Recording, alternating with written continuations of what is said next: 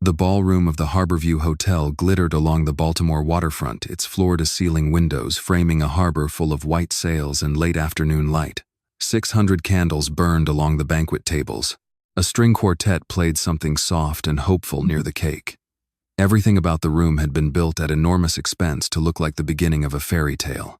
Near the side entrance, away from the champagne and the noise, a man sat alone in a wheelchair. His name was Jonah Reeves. He wore a plain gray jacket, slightly too large for his thin frame, and kept his eyes fixed on the carpet, the way a man does when he has learned the hard way that rooms like this one were never built for people like him. He had come only because his car had broken down 2 blocks away, and the hotel doorman, out of pity, had let him wait inside near the entrance rather than out on the curb in the wind.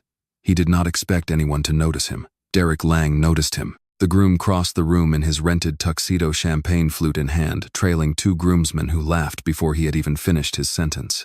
He stopped in front of the wheelchair and looked down the way a man looks down at something he has stepped in.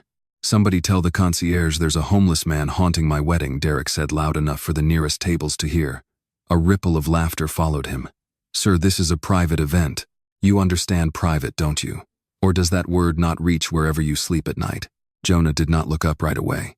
When he did, his voice came out quiet, almost apologetic, the voice of a man who had spent years making himself smaller so the world would leave him alone. "I'm just waiting for my ride," he said. "I didn't mean to intrude." "Didn't mean to," Derek repeated, savoring it, glancing back at his groomsmen for approval. "That's the thing about people like you. Never mean to. Never earn anything either. Just show up in your little chair and hope somebody feels sorry enough to hand you something." He smiled, pleased with himself, and one of the groomsmen actually took out his phone to film it. "Get a picture. This is the funniest thing that's happened all week. Welcome to our YouTube channel. Thank you so much for taking the time to watch today's video. Before we begin, we would love to know where you are watching this video from. What time is it where you are right now? And which country are you joining us from? Is it the United States, the United Kingdom, France, Canada, or somewhere else in the world? Please leave a comment and share it with us. It would be truly wonderful if people from all around the world could connect with one another, share their stories and feelings, and spread kindness and love through every video. Thank you for becoming a part of our community. We hope you enjoy a meaningful, peaceful, and heartwarming time watching this video. Something old and familiar moved behind Jonah's eyes. Not anger, not yet, but a memory arriving the way memories do, uninvited, at the worst possible moment. 19 years earlier, on a night when the temperature in Baltimore had dropped into the teens, a 15-year-old boy with burn scars climbing up one forearm had stood outside a diner window on Fleet Street watching steam rise off other people's coffee, doing the math on how many more nights he could survive sleeping behind the dumpsters on Aliciana Street before the cold finished the job his father's fists had started. He remembered the particular kind of hunger that stops feeling like hunger and starts feeling like disappearing. He remembered counting his own ribs through a t-shirt gone gray from being washed in gas station bathroom sinks. He remembered most of all the specific sound of a stranger's laughter aimed at him, the same sound, almost note for note, that was filling this ballroom right now. Jonah blinked, and the memory receded, and he was a grown man again, sitting very still, saying nothing. He did not know yet that the woman kneeling on the marble steps outside in a wedding gown that had cost more than most people's cars would change the rest of his life in the next 10 minutes. He only knew that the wound Derek Lang had just reopened was one he had carried carefully hidden for nearly 2 decades. Across the ballroom, the fairy tale was collapsing in real time. "Where is my husband?" to be a young woman's voice rang out over the quartet, sharp and furious. Vanessa Doyle stood at the edge of the dance floor in a bridesmaid's dress, the color of champagne, a phone raised high enough for the whole room to see the screen. "Mommy, where is Derek?" "He is greeting guests," Patricia Doyle said, already moving toward her, already afraid. "He's been greeting the same guest for 11 months, Vanessa said, and turned the phone toward her mother, toward the room, toward Delilah, standing frozen in white lace at the center of it all. "Ask him about the account he's been running her money through. Ask him about the hotel 2 blocks from here he's been renting under a fake name." 2 uniformed officers stepped through the ballroom doors before anyone could stop them, and the string quartet mid-note simply stopped. "Mr. Lang," one of them said, "we need to ask you some questions about a series of wire transfers totaling nearly $200,000. Walter Doyle's face went the color of ash. "Vanessa, what have you done?" "I have done nothing that wasn't already true, Daddy," Vanessa said, and something in her voice made it clear this had been coming for a long time. "Ask your favorite daughter why every dollar of her wedding fund somehow ran through my account first." The room turned as a single body toward Delilah. She stood very still in the middle of the dance floor, the gown suddenly heavier than it had felt an hour ago, the sequins along the bodice catching the light in a way that now felt obscene. She looked at Derek. He would not meet her eyes. She looked at her father, waiting, hoping foolishly one last time for him to reach for her instead of for the family's name. He did not. "Take those flowers off her," Walter said. "Take the ring. Everything she is wearing tonight was paid for by this family, and this family is done paying for her." He turned to the room, his voice rising into something performative and cruel. A man protecting his reputation in front of 300 witnesses. "This girl is no longer my daughter. I disown her completely. Ushers, collect her belongings. Everything on her tonight, take it." "Daddy." "Out," Patricia said, her voice cracking down the middle. "Get her out of this hall." Hands were on her before she could argue, a hotel usher on one arm, a groomsman on the other, walking her, half carrying her toward the side doors, while 300 people who had eaten her family's food for 2 hours watched in silence, or worse, in open amusement. Somewhere behind her she heard Vanessa's voice, syrup, sweet and merciless. "Let me tell you, your future sister free of charge. No family, no money, no name. Who marries a disgraced girl in a borrowed dress? Even a stranger would think twice." The side doors opened onto the marble steps and the cold harbor wind, and the doors closed behind her, and the party continued without her, laughter rising again on the other side of the glass like nothing at all had happened. Delilah stood alone on the steps in the wind, the last of the sun bleeding orange across the water, and for a long moment she simply could not make her legs carry her anywhere. Everything she owned had just been folded into a black garbage bag by a stranger in a hotel uniform. Every person who had promised to love her in one way or another had just proven that the promise had a price, and she had stopped being worth paying. That was when the side door opened again, quietly this time, and a man in a wheelchair rolled himself out into the cold because he too no longer belonged in that room. Jonah Reeves saw a woman in a ruined wedding gown standing at the top of the steps, shaking not from the wind. He did not know her name. He did not know that her family owned half the warehouses on this waterfront, or that his own name whispered in boardrooms 3 states away made grown men nervous.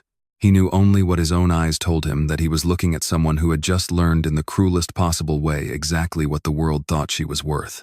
She turned and saw him watching her, and something in his face, not pity, something gentler and sadder than pity, made her cross the steps toward him instead of walking away. "You saw all of it," she said. "It wasn't a question." "I saw all of it," Jonah said quietly.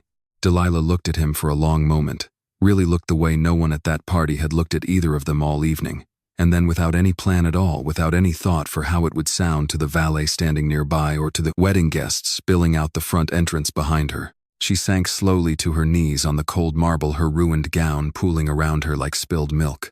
"I don't know your name," she said, her voice shaking but steady underneath the shake, "and I have nothing left to offer you. No family, no money, nothing but whatever is standing in front of you right now.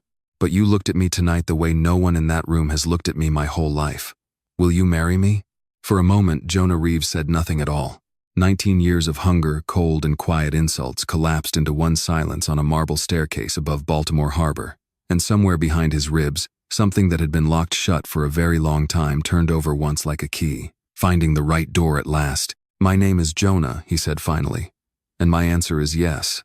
Neither of them noticed the valet lifting his phone to film it, or Derek Lang's face appearing at the glass door behind them, pale, with something that was not quite regret yet, but would be before this story was finished.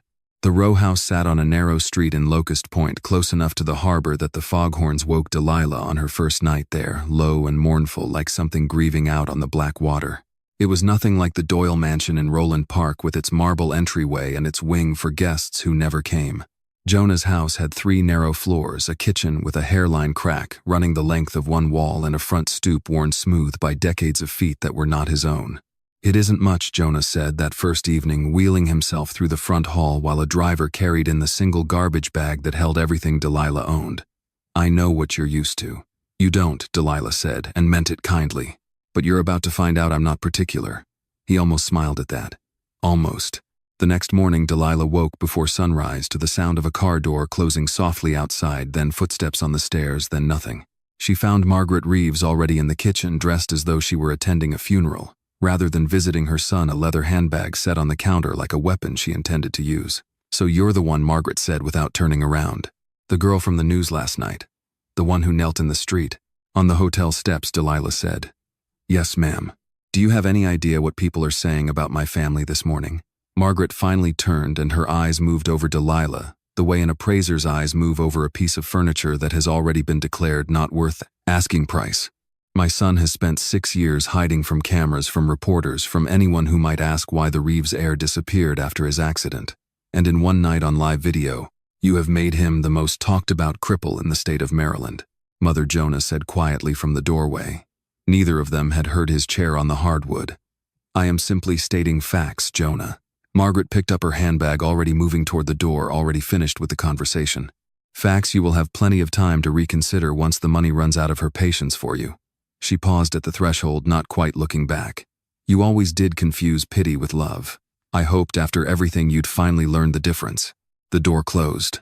Delilah stood very still in the kitchen, coffee going cold in her hands, and did not know yet that Margaret's words had landed on a wound so old it no longer even bled.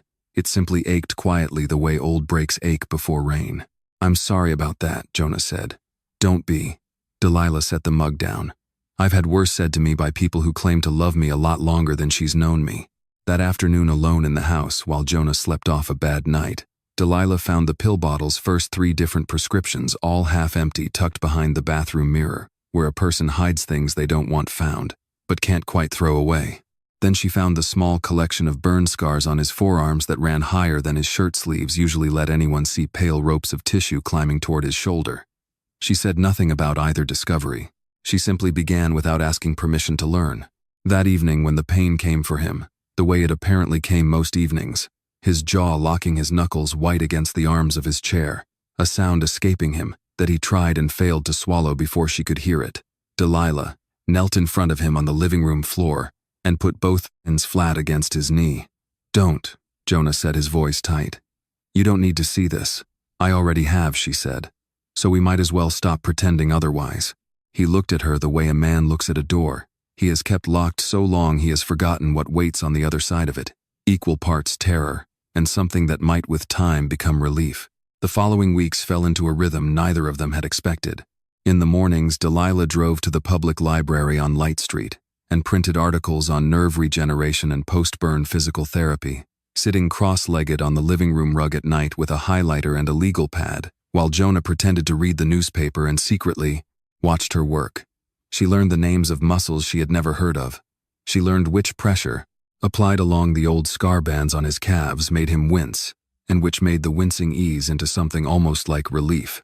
She learned too, without either of them saying it aloud, the specific silence that fell over a room when Jonah did not want to talk about where the scars had come from. She never asked. Not yet. What she did notice, because a person raised on scraps of attention learns to notice everything, was how carefully Jonah counted things. He counted the eggs before he cooked them, even though the refrigerator was never empty. He turned off lights in rooms no one was using. He wore the same 3 sweaters in rotation, though his closet, she later discovered, held enough unworn clothing to outfit a small store. Once, when she ordered takeout, and the delivery driver undercharged them by $9, Jonah insisted on driving back out in the cold to correct it himself. You don't have to do that, she told him, standing in the doorway with her arms crossed, half amused, half something else. It's $9, Jonah. You could buy that restaurant. I know what it's like, he said, and something in his voice closed the subject before she could open it further, to need $9 and not have it. He didn't explain further that night, but the sentence stayed with her, turning over slowly the way certain sentences do, gathering weight the longer they sit. A few weeks into their arrangement, on a night when the wind off the harbor rattled the old windows in their frames, Delilah found Jonah sitting alone in the dark kitchen at 2 a.m, a glass of water untouched in front of him, staring at nothing. Can't sleep, she asked, pulling a chair up beside him. I used to sleep behind a laundromat on Ford Avenue, he said so quietly she nearly missed it back before all this. There was a dryer vent that blew warm air out onto the sidewalk for about an hour after closing. I used to time it. I'd get there right when the last load finished, and I'd have maybe 40 minutes of warm concrete before the vent went cold and the wind found me again. He turned the water glass slowly in his hands, not drinking it. I still can't sleep through a night when the wind's loud like this. Some part of me is still listening for the vent to shut off. Delilah did not say anything for a long moment. She had spent her whole life inside houses with central heating, and never once thought to wonder what it cost in a life like his simply to be warm. How old were you? She finally asked. 15. 16 by the time I left the street for good. He looked at her, and for the first time since she'd met him, His guard seemed to drop entirely just for a moment, just long enough for her to see the boy still living somewhere inside the billionaire's carefully arranged silence. You're the first person I've told that to since it happened. Why me? Jonah considered the question longer than it seemed to deserve. Because you knelt on marble steps in a wedding dress and asked a stranger in a wheelchair to marry you, and you didn't once look at me like I was something to be managed, he said. Everyone in my life manages me, Delilah. My mother manages the story. My board manages the optics. You're the only person who's just stayed. Outside, the foghorn sounded again, low and long across the water, and this time neither of them flinched at it. By the time the first frost came to Locust Point, the row house no longer felt like two strangers occupying separate rooms of the same borrowed life. It felt slowly, carefully, like something neither of them had been given much practice, believing in a home built not on money or pity or the desperate arithmetic of a ruined wedding night, but on the quiet, accumulating evidence of one person, choosing again and again not to look away. Neither of them knew yet how much more there was to find behind the doors of that house, or how much the truth, once it surfaced, would cost them both before it finally set them free. The rain came early that November, the kind of steady Baltimore drizzle that turned the cobblestones on the side streets slick and dark and kept the harbor gray for days at a stretch. Jonah had gone into the city for a physical therapy appointment. He still insisted on calling just a checkup, and Delilah, left alone in the row house with a mop bucket and an afternoon to fill, decided it was finally time to do something about the second-floor study. It was the one room in the house Jonah never invited her into. She told herself she wasn't snooping. She told herself the room simply needed dusting, that the roll-top desk pushed against the far wall was collecting cobwebs nobody would ever see, because nobody ever went in there, that a good wife, even a wife of convenience, even a wife who had known her husband for less than 2 months, had every right to clean a room in her own home. She believed all of this right up until the moment the desk's bottom drawer stuck, and she pulled harder than she meant to, and it came free all at once with a sound like a small door opening somewhere it shouldn't. Inside was a tin box, not new. The paint along its edges had worn down to bare metal in places, and across the lid, in handwriting Delilah's fingers recognized before her mind it, someone had painted in careful cursive the words "Monroe's Kitchen Est," recipes not rules. Delilah's hands went still. She had grown up with that exact handwriting on birthday cards, on grocery lists, stuck to a refrigerator with a magnet shaped like a crab on the inside cover of a Bible that still sat unopened in a box in her old bedroom at the Doyle house. To a bedroom she doubted she would ever be allowed to enter again. It was her mother's handwriting. Eleanor Monroe had been dead for 6 years, and her handwriting was sitting in a locked drawer in a house Delilah hadn't known existed until 2 months ago, belonging to a man she had married on a whim on marble steps in a wedding gown that wasn't even hers anymore. She opened the lid with fingers that had gone cold despite the radiator hissing in the corner of the room. Inside were recipe cards, crab cakes, her mother's Sunday gravy, a coffee cake recipe written in pencil so faded it had nearly vanished, and beneath them a thick stack of folded papers that Delilah recognized after only a moment as property tax receipts. Dozens of them, years of them going back further than she could immediately count, all made out to a modest storefront address on Thames Street in Fells Point. All paid in full, by account held under a name she had never heard before that morning, J.R. Holdings, LLC. Delilah sat down hard on the edge of the desk. She knew that address. She had grown up 2 blocks from it. It was her mother's diner, the little place with the crooked open sign and the bell over the door that never quite rang true. The place that had gone dark and boarded up the year after Eleanor died, when Walter Doyle decided a diner didn't fit the family's image and quietly let the lease lapse rather than let his adopted daughter run it herself. Delilah had driven past its shuttered windows 100 times since, feeling something close to grief every time, assuming the way you assume things you've stopped hoping otherwise about that. The building would eventually be sold off, torn down, turned into condominiums like everything else on that stretch of waterfront. It hadn't been. Someone had been paying to keep it standing.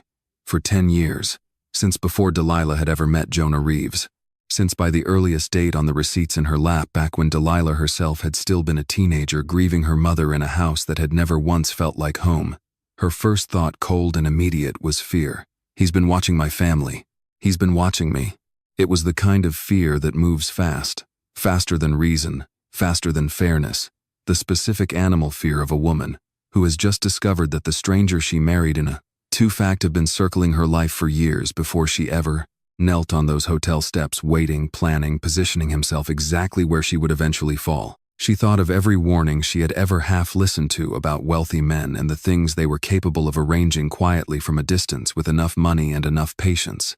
She thought about how easily she had trusted him, how quickly, how completely in the space of a single terrible night she had handed her whole remaining life to a man about whom she genuinely knew almost nothing. Her hands were shaking by the time she heard the front door open downstairs and the particular rhythm of Jonah's wheels crossing the hardwood in the front hall, and his voice calling her name with the easy warmth that an hour ago she would have said was the most honest thing in her life. "Delilah, I brought that soup you liked from the place on Broadway." She was standing in the study doorway before he reached the stairs, the tin box still open in her hands, her mother's handwriting facing outward like an accusation. Jonah stopped in the hallway below.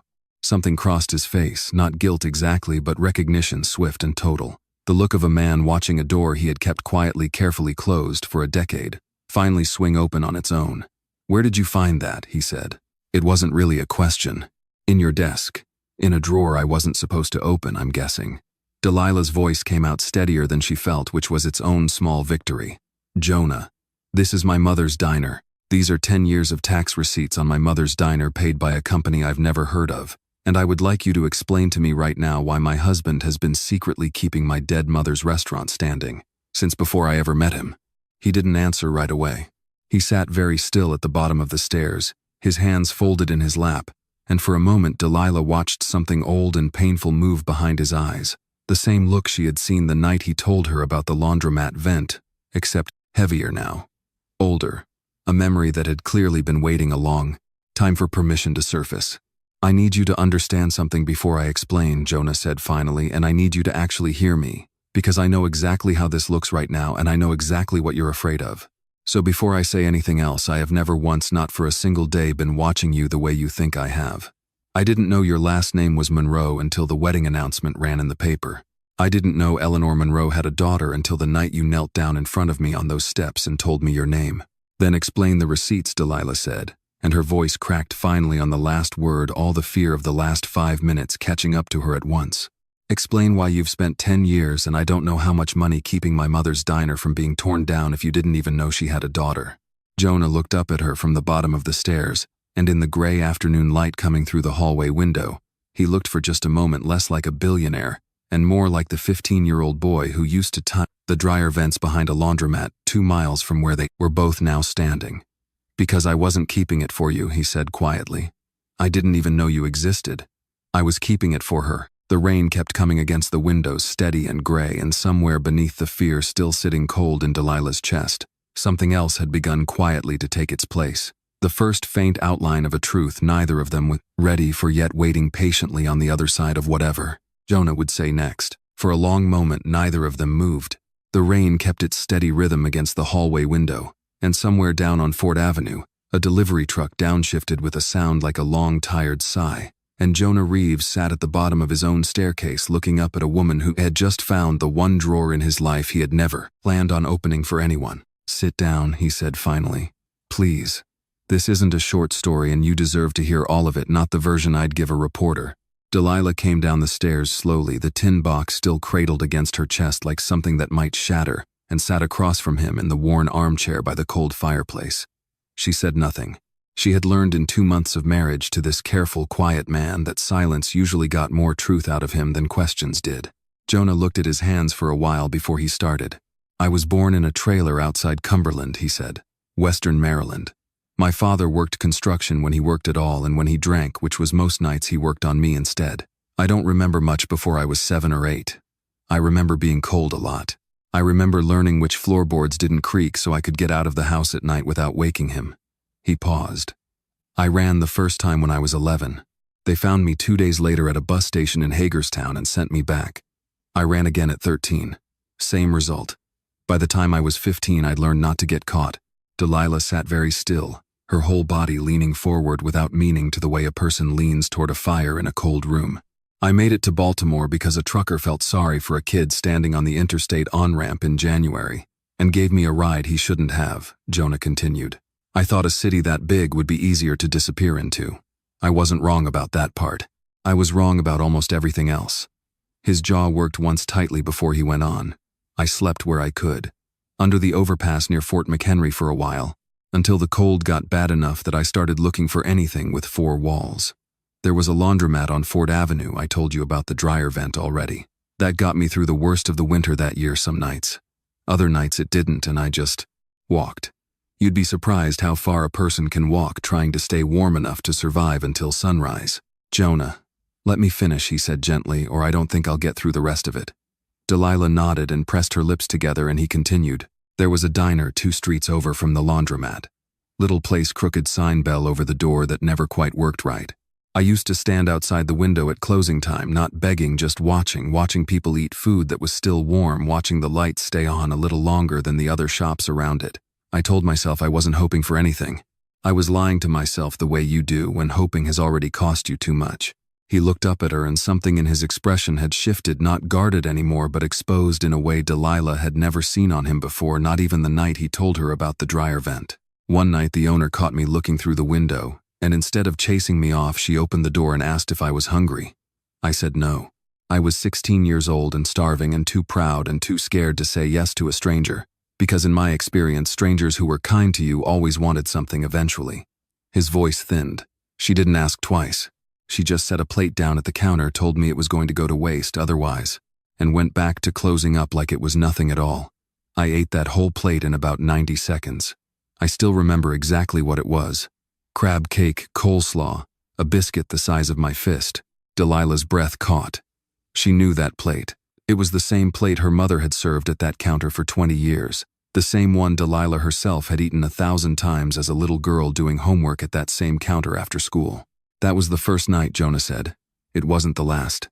She let me sleep in the storeroom just for a few hours, just until the diner opened again in the morning, because she said, and I remember this exactly word for word, she said, "A boy shouldn't have to choose between freezing and asking for help, so I'm not going to make you choose either. You won tonight."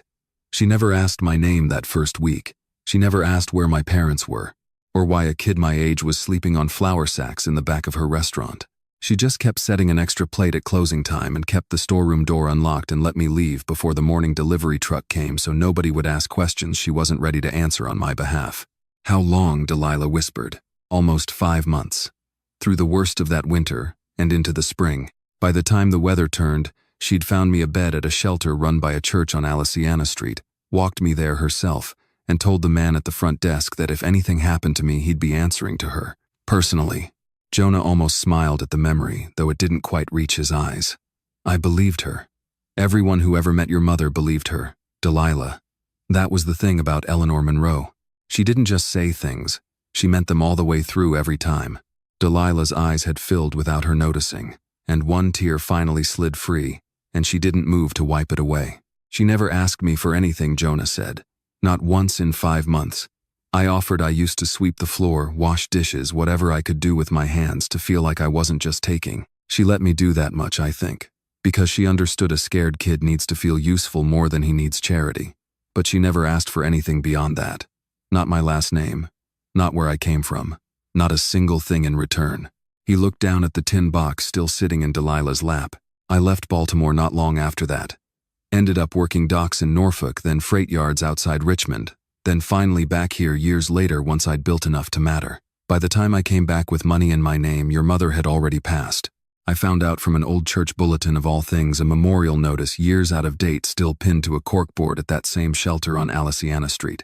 His voice caught just slightly on the next part. The diner was about to be seized by the city. Back taxes, code violations, the whole building headed for auction. I couldn't ask her permission anymore. I couldn't thank her the way I'd always told myself I would someday once I had something worth offering. So I did the only thing I had left. I paid what was owed quietly under a company name. Nobody would trace back to me, and I kept paying it every year since. Because it felt like the smallest possible way to keep a promise I never got the chance to make out loud. The rain had softened outside, easing into a mist that blurred the streetlights along the block. Delilah sat with the tin box open in her lap, her mother's handwriting facing up at her. And for a long moment, she couldn't speak at all. "You've been keeping a piece of my mother alive for 10 years, she finally said. "And I walked into your house 2 months ago and had no idea I was standing in the middle of it." "I didn't know either," Jonah said quietly. "Not until you found that box. I promise you, Delilah, the night you knelt down on those hotel steps, I said yes because something in your face made me forget for just a second every reason I had to say no. I had no idea, not for one moment, that I was marrying Eleanor Monroe's daughter. I don't think either of us was supposed to find that out this way. I think some things just find their own way back around whether we plan them or not. Delilah crossed the small space between them and knelt in front of his chair the way she had the night she first found his scars, and this time she took both of his hands in both of hers. My mother spent her whole life feeding strangers who couldn't pay her back, she said softly, and telling me it was never about the money. I used to think that meant nothing ever came back to her. She looked up at him, her eyes still wet, something fierce and grateful moving through her all at once. I was wrong. Something came back. It just took 19 years, and it came back wearing a wedding ring. Outside, the mist thickened over the harbor, and somewhere beneath the old floorboards of a row house in Locust Point, two people who had each believed in their own separate ways that love always eventually asked for something in return sat quietly together in the dark and let themselves for the first time believe otherwise. Margaret Reeves came back 3 nights later unannounced, the way she always did, as though the house on Ford Avenue still belonged to her more than it belonged to her own son. Delilah heard the car door first, then the particular click of expensive heels on wet pavement, then the doorbell twice. Impatient. "I need to speak with Jonah," Margaret said when Delilah opened the door, not quite looking at her the way a person looks past a piece of furniture they've already decided isn't worth acknowledging. "Alone, if that's not too much trouble." "He's resting," Delilah said. "It's been a long week." "It's always a long week with Jonah." Margaret stepped past her into the hallway, without being invited, shrugging out of her coat as though the house were still hers to enter uninvited. "That's rather the point of what I've come to say." Jonah's wheelchair appeared at the top of the stairs before Delilah could answer. "It's fine," he said quietly, though something in his voice suggested it was not fine at all. "Let her in." They sat in the front room, the same worn armchairs where Jonah had told Delilah about the diner 3 nights earlier, and for a long moment, Margaret simply looked around at the modest furniture, the crack in the plaster above the fireplace, the general smallness of a house that could have held 12 of its own kind inside one wing of the Reeves estate. "I saw the interview request that came in from the Sun this morning," Margaret said finally. "Someone's been asking questions about your childhood, Jonah. Real questions. Where you came from before you came to us." She folded her hands in her lap, and for the first time since Delilah had met her, something in Margaret's posture looked less like contempt and more like fear. "I've spent 22 years managing that story so carefully that I nearly convinced myself the managed version was the truth. I think it's time you heard the rest of it from me before some reporter finds it first and hands it to you the way reporters hand people things carelessly and in public." Jonah went very still. "What are you talking about, Mother?" Margaret looked at her hands for a long moment before she spoke again, and when she did, her voice had lost every trace of the sharpness Delilah had come to expect from her. "You were never Frank's brother's son," she said. "That story, the one about a cousin's boy taken in after a car accident, I invented that, Jonah, the week we brought you home, and I have told it so many times over so many years that I nearly forgot myself that it wasn't real." The room went very quiet. Outside, a gull cried somewhere over the harbor, thin and far away. "Your mother's name was Ruth Callahan," Margaret said. "She was 23 years old. She worked as a housekeeper for my husband's family for a little over a year in a rental property they owned out past Cumberland, on the western edge of the state. She was not married to your father. She was, from everything I ever learned afterward, terrified of him, a violent man, a drinker. The kind of man who left marks a housekeeper's uniform couldn't fully hide, even from an employer who preferred not to notice." Delilah's hand found Jonah's on the arm of his chair, and he let her take it, though his eyes never left his mother's face. "There was a fire," Margaret continued, "at the rental property the winter you were 8 months old. The official report called it an accident with a space heater. I never fully believed that, and neither, I think, did anyone who actually knew your father. Ruth got you out. She did not get herself out." Margaret's voice, for the first time in the 22 years Jonah had known her, cracked slightly on the next words. "The fire marshal found her body against the nursery door. She had wedged it shut behind her on the outside after handing you through the window to a neighbor. She made certain the door between you and whatever was happening in that house would not open again before you were safely away from it." Jonah's face had gone pale, his jaw tight, his breathing shallow and controlled in the particular way Delilah had learned. Meant he was holding something enormous very carefully in place. "Frank was the one who identified the body," Margaret said. "He had known Ruth slightly through the property. When it came out that there was a surviving infant with no other family willing to claim him, Frank came home and told me we were going to take you in." She paused, and something in her expression for just a moment looked almost like shame. I wish I could tell you it was purely out of kindness. I have spent 22 years telling myself it was. The truth, Jonah, is more complicated than that, and you deserve the complicated version now more than you ever deserved the story I gave you instead. Say it, Jonah said quietly. Whatever it is, say it. Margaret took a slow breath. The Reeves Shipping Company was in the middle of a very public labor dispute that year. Dock strikes, bad press. Frank's advisors thought a story about the family quietly rescuing an orphaned infant from tragedy would do a great deal of good for the company's image at exactly the moment it needed some. There was a photographer at the courthouse the day the adoption was finalized. It ran in 3 newspapers. Her voice thinned further. I remember holding you for that photograph and feeling for one terrible moment that I understood exactly what you were to this family before you had even learned to hold your own head up. You were, I am ashamed to say, a very good photograph, before you were ever simply my son. The silence that followed was long enough that Delilah could hear the old house settling around them, a pipe ticking somewhere in the walls, the wind finding its way in around an old window frame. Did you love me at all? Jonah finally asked, and his voice when it came sounded impossibly young.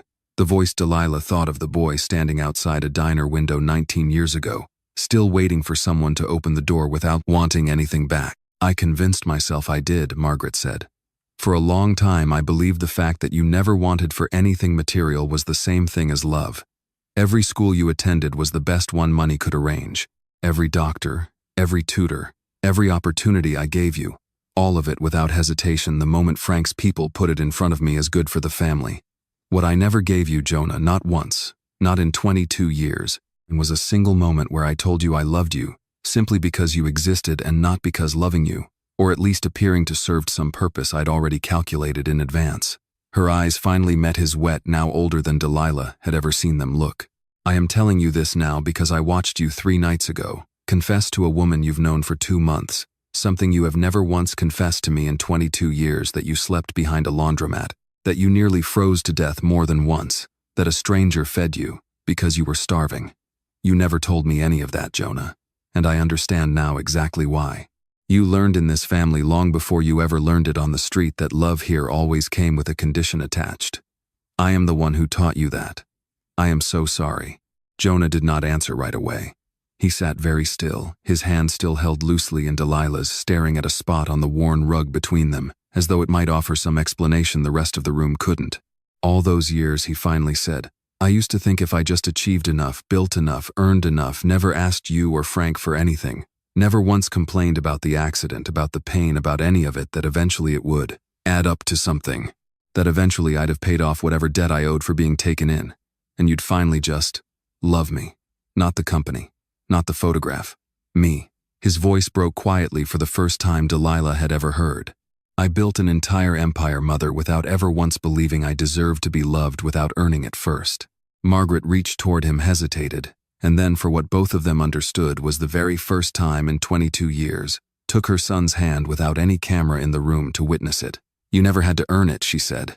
I was simply too frightened of my own choices to ever tell you that while there was still time for it to matter. Delilah sat quietly between them, her own eyes wet now too, watching something break open in Jonah's face that she recognized instantly because she had seen its exact opposite shape only 3 nights earlier in the story of a woman who had fed a stranger without ever once asking for anything back. Ruth Callahan had died, proving with the last choice she ever made that Jonah was worth protecting without condition. Eleanor Monroe had spent 5 months proving the same thing all over again, a decade later, 1 plate of crab cakes and coleslaw at a time. It had simply taken this family 22 years to catch up to what 2 women, neither of whom had ever met. The other had already known the moment they looked at a frightened, starving boy and decided without needing a reason that he was worth keeping safe. Outside, the wind off the harbor had finally quieted, and in the small front room of a row house that had never once looked like it belonged to a billionaire, 3 people sat together in the lamplight, saying very little and meaning for the first time in a long while every word. A few weeks later, the offices of Doyle Freight and Warehousing occupied the top 3 floors of a brick building on Pratt Street that had once been the pride of the Baltimore waterfront. On a gray Tuesday morning, the pride of that building had curdled into something closer to panic. Say that again, Walter Doyle said, standing at the head of the conference table with both hands flat against the polished wood, because I do not believe I heard you correctly the first time. Roger Kessler, the company's chief financial officer, did not look up from the folder in front of him. 11 contracts, sir. All terminated as of last night, effective immediately. The Sparrows Point warehousing agreement. The Dundalk Fleet contract. The concession on Pier 9. All 11 of our largest accounts with Reeves Maritime and Logistics gone in a single overnight filing. He slid the folder across the table. And it isn't just the contracts. First National froze our line of credit an hour after the termination notices went out. Somebody made 2 calls in one night and cut this company off at the knees. Who signed it? Walter said. Give me a name. There isn't one, sir. Every notice carries the same signature block. Office of the Chairman, Reeves, Maritime and Logistics. No individual name attached. Legal's been trying to get someone on the phone for 3 hours. Reeves Maritime doesn't have a public relations office that will confirm the chairman even has a first name, let alone put him on a call. Patricia Doyle, seated near the window with her hands folded tightly in her lap, spoke for the first time since the meeting began. That company has been run by a ghost for 6 years, Walter. Everyone on this waterfront knows that. Nobody's ever seen him. Nobody's ever photographed him. He signs contracts from behind a wall of lawyers and disappears the second anyone asks a question. She looked up and something in her voice for once sounded less like irritation and more like genuine fear. Whoever runs that company just decided overnight that our family's business isn't worth doing business with anymore. I would very much like to know why before this destroys everything your father built. Down the table, Vanessa Doyle sat very still, turning a pen over and over between her fingers, saying nothing at all, though the color had gone out of her face the moment the word ghost had entered the conversation. Walter dropped into his chair at the head of the table, and for the first time in longer than any of the people in that room could remember, he looked less like the chief of a shipping dynasty, and more like an aging man watching the floor drop out from under everything he'd spent 30 years building. Find out who he is, Walter said quietly. I don't care what it costs. I don't care whose desk you have to sit at for a week. Find me a name. That evening, in a different part of the city entirely, Jonah Reeves sat in the small home office off the back of the Locust Point row house, a laptop open in front of him, showing 11 confirmation lines, each one marked terminated. He had not smiled when he signed the order the night before. He had not felt anything close to satisfaction. In fact, only a cold, quiet certainty. The same certainty that had guided every decision he'd made since the night he learned exactly whose family had thrown his wife out into the street in a ruined wedding gown. You're doing it again, Desmond Hale said from the doorway, arms crossed, watching his oldest friend the way he'd watched him for over 20 years with the particular weary patience of someone who had earned the right to worry out loud. Doing what Jonah said, not looking up, making yourself the storm instead of just weathering one. Desmond crossed the room and dropped into the chair across from the desk. You cut 11 contracts overnight, Jonah. You froze a man's credit line before breakfast. That's not board strategy. That's revenge with a signature block. They disowned her on a hotel staircase in front of 300 people, Jonah said, finally looking up. They took her handbag, her phone, everything she was wearing that night they took because none of it, in their words, belonged to her anymore. I watched it happen, Des. I was 15 feet away. I know what you watched. I've seen the video, same as everyone else in the state of Maryland has by now. Desmond leaned forward, his voice dropping careful. I'm not defending them. I'm asking whether the man doing this is my friend righting a wrong, or whether it's something older than that talking. Something that's been waiting a long time for a family to finally hurt the way it hurt you. Jonah didn't answer right away. Outside the small office window, the harbor lights blinked against the dark water, and for a moment his reflection in the glass looked to Desmond exactly like the reflection of a boy who used to stand outside a diner window at closing time, watching a warmth he wasn't sure he was allowed to want. Maybe it's both, Jonah finally admitted. I don't know how to separate them anymore if I ever really could. Desmond studied him for a long moment. Then be careful, he said. Because the kind of fire that starts from an old wound doesn't always know where to stop burning once you light it. 2 days later, Roger Kessler's investigators finally produced something, not a name not yet, but a filing address, a holding company 3 layers removed from Reeves Maritime's public letterhead, and a single line item that made Walter Doyle go very still when it crossed his desk, a residential address in Locust Point quietly listed as the registered agent's contact for correspondence. That's not a corporate address, Roger said. That's a house. Walter stared at the printout for a long moment, something cold moving through his chest that had nothing to do with the failing heat in the conference room. He knew that street. He had in fact driven past it once weeks earlier, on a night he preferred not to think about too closely, the night his own driver had, at Patricia's frantic insistence, followed a rumor about where their disowned daughter had gone to, ground, after the wedding, only to find nothing but a modest row house with the porch light off, and no sign from the street of anyone worth confronting.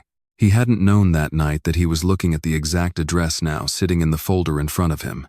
"Get me a car," Walter said quietly. That same evening, unaware of the storm quietly gathering 3 miles across the city, Delilah stood in the small kitchen on Ford Avenue watching Jonah work through a stack of physical therapy exercises at the counter. His forearms braced against the edge for balance, sweat along his hairline from the effort of it. It had become, over these past weeks, one of her favorite parts of the day, not because the exercises were easy for him, but because of the particular stubborn concentration on his face while he did them. The look of a man determined to reclaim 1 inch at a time, something that had been taken from him by force. "You've gotten stronger," she said, watching him hold a position a full 10 seconds longer than he had managed the week before. "I've had a good teacher," Jonah said, breathing hard, not quite smiling but close to it. The doorbell rang before she could answer, sharp and unfamiliar in the quiet house, and something in the sound made both of them go still at once. The particular stillness of 2 people who had each in their own separate lives learned that unexpected knocks rarely brought good news. Delilah crossed to the front window and looked out through the gap in the curtain, and for a moment her whole body went cold, the same cold that had swept through her on the marble steps of the Harborview Hotel months earlier, standing in a ruined wedding gown with nothing left to lose. Her father was standing on the porch. "Jonah," she said quietly, not turning around. "It's my father." Behind her she heard the careful, deliberate sound of his wheelchair crossing the hardwood, coming to stand beside her at the window, and when she finally looked over at him she found his expression had gone unreadable in a way she had never seen before. Not frightened, not angry, but something colder and more patient than either, the look of a man who had spent 6 years quietly waiting for exactly this moment to arrive on his own doorstep. "Let him in," Jonah said. Walter Doyle stood on the porch of a modest row house he had, until an hour ago, never once imagined belonging to the man ruining his company, and when the door finally opened, the shock on his face was almost enough to soften something in Delilah's chest almost. "Delilah." Her father's voice cracked on her name the way it hadn't cracked at the wedding, the way it hadn't cracked when he ordered a stranger to strip the ring from her finger in front of 300 witnesses. "I've been trying to find you for weeks. I didn't know." His eyes moved past her into the hallway and landed on Jonah, seated calmly in his wheelchair a few feet back, watching the whole exchange with an expression Walter couldn't quite read. "I didn't know you'd married him." "You didn't know because you disowned me before I had the chance to tell you," Delilah said. "You made that choice, Daddy. Not me. I came here about the business," Walter said, and something in the admission seemed to cost him. "Reeves Maritime cut 11 contracts overnight. Froze our credit. My company is bleeding out, Delilah, and nobody at that company will give me a name, a phone number, anything." "You're looking at him," Jonah said quietly, and the words landed in the small hallway like a door closing. Walter's face went pale. For a long moment he simply stared, as though trying to reconcile the quiet man in the wheelchair with the invisible force that had spent 6 years terrifying the entire Baltimore shipping industry from behind closed doors. "You," he finally said. "You're the ghost. I'm the man whose company decided it no longer wanted to do business with a family that treats its own daughter like something to be discarded on a staircase." Jonah said, his voice never rising, never sharpening, which somehow made it land harder than shouting could have. "I don't need to explain my business decisions to you, Mr. Doyle, but I'll tell you this much for free since you drove all this way. Every contract I terminated was terminated because your company failed a safety audit 6 months ago that your own inspectors buried rather than fix. I simply stopped protecting you from the consequences of that decision. Nothing more." It wasn't the whole truth, and both men in that hallway seemed to sense it, but it was true enough, and true enough was all Jonah intended to give him that night. Walter left without another word, and Delilah closed the door behind him with hands that were shaking only slightly less than they had been 3 months earlier, on a different set of steps in a very different kind of gown. 3 weeks later, an invitation arrived at the row house on heavy cream cardstock embossed with the Reeves family crest, a garden fundraiser at Margaret's estate in Guilford, benefiting the Baltimore Symphony's youth outreach program, the kind of event Margaret had hosted every autumn for 30 years without once until this year, needing to consider whether her son's wife would be seated at the head table or quietly excluded from the guest list altogether. "You don't have to come," Jonah told Delilah the morning of watching her stand in front of the mirror in a simple green dress that had cost, by his estimate, roughly what Margaret's caterer would spend on flowers alone. "My mother's world can be cruel in ways that have nothing to do with money. "I've survived," crueler Delilah said, meeting his eyes in the mirror. "Besides, I think it's time your mother's world got a proper look at me."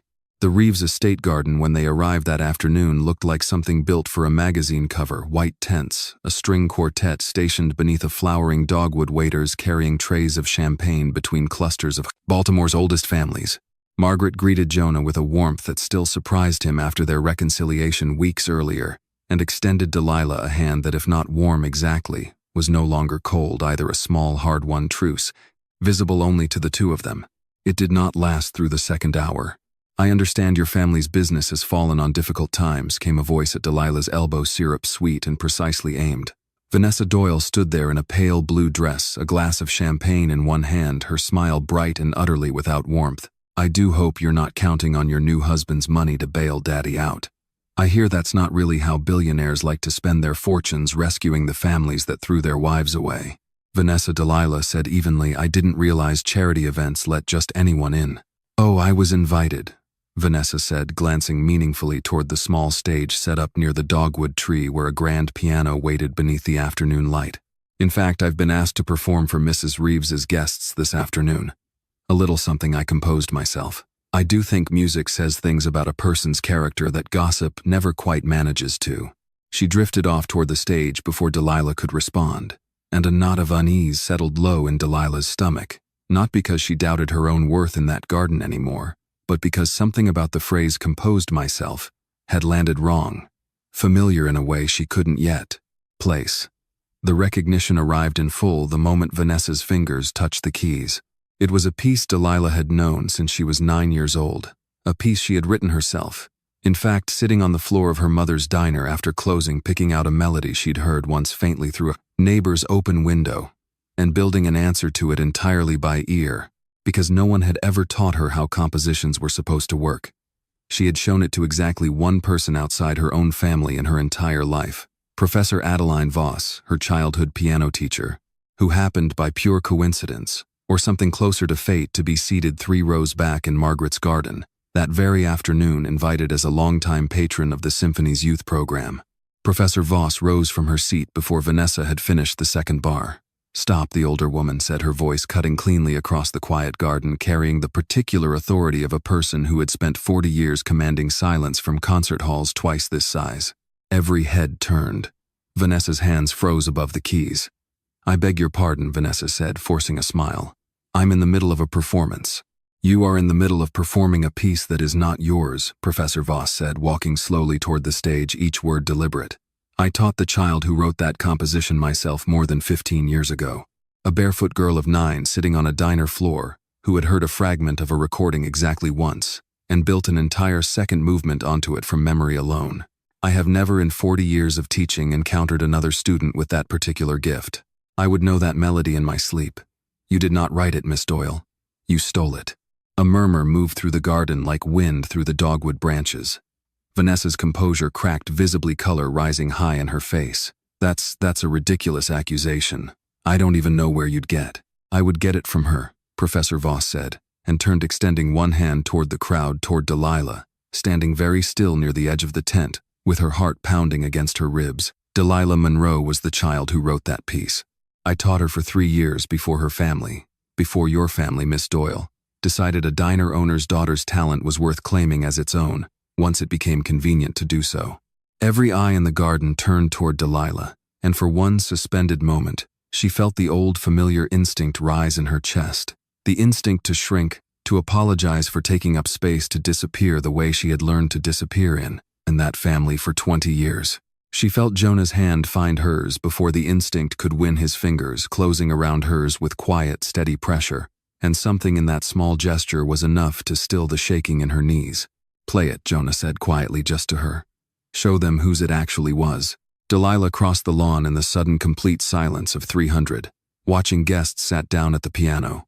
Vanessa had abandoned and let her hands find the melody the way they had found it, 15 years earlier. Not from memory of a lesson, but from somewhere deeper, older, a place inside her that it never once needed anyone's permission to be beautiful. The second movement, the one Vanessa had never learned because Vanessa had only ever stolen the introduction, unfolded across the garden in the golden afternoon light, and by the time the last note faded, Margaret Reeves was standing at the edge of the crowd with tears. She made no attempt to hide, and Vanessa Doyle had already fled toward the parking.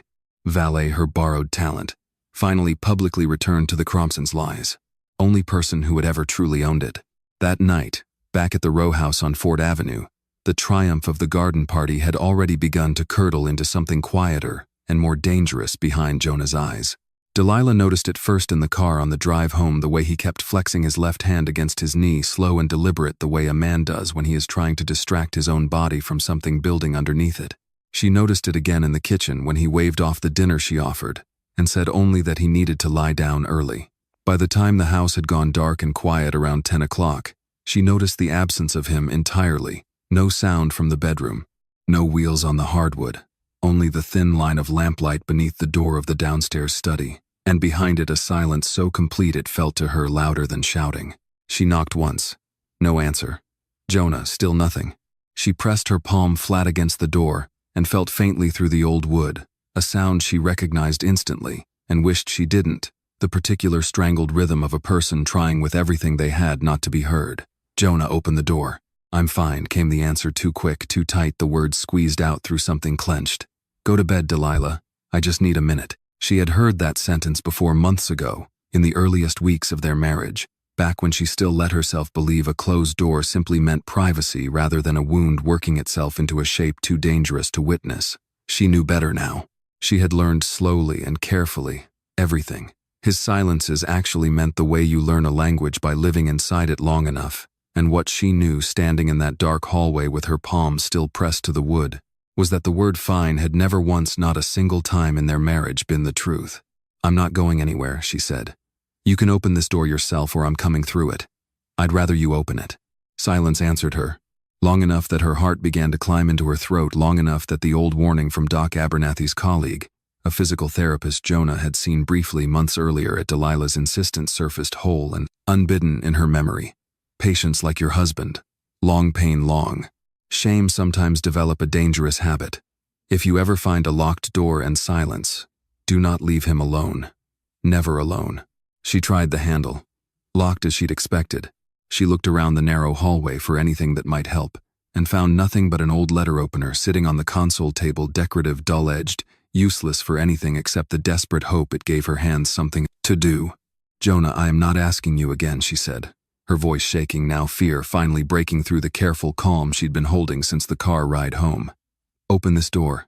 When no answer came, she threw her shoulder against the frame once, twice, the old wood groaning but holding, and on the third attempt, her hand slipped against the brass handle and caught the edge of the lock plate wrong, and a thin line opened, across her palm, sudden and bright with pain.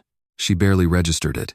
She kept pushing, blood smearing warm against the door frame, until on the fourth attempt, something in the old lock finally gave, and the door swung inward into lamplight. Jonah sat on the floor beside the desk, his back against the wall, one hand pressed hard against his opposite forearm, his whole body rigid with the effort of holding something in. He looked up at her, and for one terrible moment neither of them moved. Delilah standing in the doorway with blood running warm down her wrist. Jonah frozen on the floor with an expression that was less shame than pure naked shock at being seen. "You're bleeding," he said, his voice cracking on the words, and something in him seemed to break entirely at the sight of it. Not relief, not yet, but a kind of horror. The horror of a man watching someone else hurt themselves, trying to reach the parts of him he had spent his whole life keeping hidden. "I cut it on the door," she said, crossing the room quickly, kneeling in front of him, her injured hand leaving small red marks against the hardwood. "I don't care about the hand, Jonah. Look at me. What is happening right now?" He didn't answer right away. His breathing came ragged and shallow, and when he finally lifted his forearm from where he'd been pressing it, Delilah saw the old scars there catch the lamplight, pale ropey tissue, climbing from wrist to elbow, and beneath them faint, but unmistakable. A scattering of newer marks, thin and deliberate, arranged with the particular precision of something done on purpose in private over a long stretch of very bad nights. The sight of it landed in her chest like a physical blow. "How long?" she whispered. "Since the accident," Jonah said, and the words came out flat, exhausted, stripped of every careful performance he usually kept in place. "The nerve pain, some nights it gets so loud in my head I can't think past it. I can't sleep. I can't breathe right. And I found a long time ago that a different kind of pain, one I chose, one I controlled, was somehow easier to survive than the kind that just happened to me for no reason at all. He looked at her, and his eyes in the lamplight looked like the eyes of a much younger man. A boy standing outside a diner window, ashamed of exactly how much he needed something he'd never once believed he was allowed to ask for.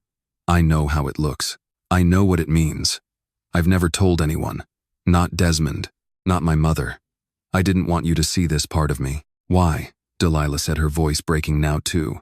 Why would you think that mattered to me, that there was a part of you I wasn't allowed to see? Because every single time in my entire life that someone got close enough to see all of me, Jonah said, eventually they decided the version they could see wasn't worth staying for. My mother saw a photograph worth taking, not a son worth loving, until 3 weeks ago. My father, his voice caught entirely, and he didn't finish that sentence. I built an empire so big that nobody would ever have a reason to leave me for money again. I never once figured out how to build anything that would stop them leaving because of this. Delilah took his face in both her hands, her cut palm leaving a faint red mark against his cheek that neither of them noticed until much later, and made him look at her. Then hear me now, because I am only going to say this once, and I need you to actually believe it, she said. I am not staying in this marriage because of what your empire built. I never was. I knelt down on those hotel steps because for one single second you looked at me like I was still worth something when every other person in my life had just spent an evening proving I wasn't. That is the only reason I am here, Jonah. Not the money, not the company. You. Her thumb traced gently, carefully along the edge of the newest mark on his forearm. And I am telling you now in this room with my own blood on this door frame to prove. I mean it, there is no door in this house that closes against me. Not this one. Not ever again. If the pain comes at night, you wake me. If the silence gets too loud, you find me. Whatever this costs both of us, we carry it together, or we don't carry it at all. Jonah stared at her for a long moment, and then for the first time since Delilah had known him longer perhaps than he could remember doing it in front of another living person, he let himself simply cry without apologizing for it, without trying to make himself smaller or quieter or easier to witness. Delilah held him there on the study floor, her bleeding hand pressed flat against his back, and did not move and did not speak, and let the silence between them finally become something safe instead of something dangerous. Downstairs hours later, she cleaned and bandaged both their wounds at the kitchen sink, his old and new together, hers fresh and small by comparison, and neither of them said very much at all, because for once nothing needed saying. The pain had not disappeared, the scars had not vanished, but something else had shifted quietly in its place. Something neither of them yet had the words for, the first real proof, for both of them, that being fully seen did not automatically mean being left. Desmond Hale had known Jonah Reeves for over 20 years, since the two of them shared a bunk room at a group home on Aliciana Street. The winter, they were both 16. Two boys who had learned independently and the hard way that trust was a currency far more dangerous to spend than money. Desmond had watched Jonah build an empire out of nothing but stubbornness and a dock worker's calluses. He had watched him hide from cameras for 6 years, rather than risk being seen as anything other than untouchable. And in all that time, Desmond had never once watched Jonah hand his heart to someone the way he had handed it, in the space of a single desperate night, to a stranger in a ruined wedding gown. It worried him more than he let on. I need the Doyle girl's full background, Desmond told his research team on a gray Thursday morning 3 weeks after the garden party, standing in the glass-walled conference room on the 11th floor of Reeves Maritime's headquarters. Birth records, school records, anything from before the Doyles adopted her. I want to know exactly who she was before she became who she is now. Boss's orders, one of the analysts asked. Mine, Desmond said. Jonah doesn't know I'm doing this, and he isn't going to until I have something worth showing him. He told himself it was diligence. He told himself any good chief operating officer would do the same thing for a founder who had, without warning, married a woman from a family currently locked in open financial war with the company. He told himself most of all that if Delilah Monroe turned out to be exactly what she appeared to be, a woman who had simply fallen by pure chance into the path of a man capable of loving her without condition, then no harm would come of a little quiet research. But underneath all of it sat something older and more personal than diligence. Something Desmond had carried since the night years ago he'd watched a different woman walk out of Jonah's life the moment she learned exactly how much money was attached to him. He was not going to let it happen again. Not to his best friend. Not after everything Jonah had already survived. The records took 2 weeks to assemble, piece together from county archives, adoption paperwork, the The Doyle family's lawyers had clearly tried to keep buried, and a handful of old newspaper clippings from a small-town paper near the Frolun, Eastern Shore.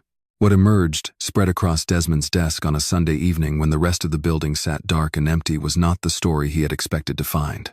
Delilah Monroe birth name unlisted on the original certificate, the space left blank in a way that struck Desmond as deliberate, had been adopted by Walter and Patricia Doyle as an infant through a private arrangement that had never gone through the county's standard channels.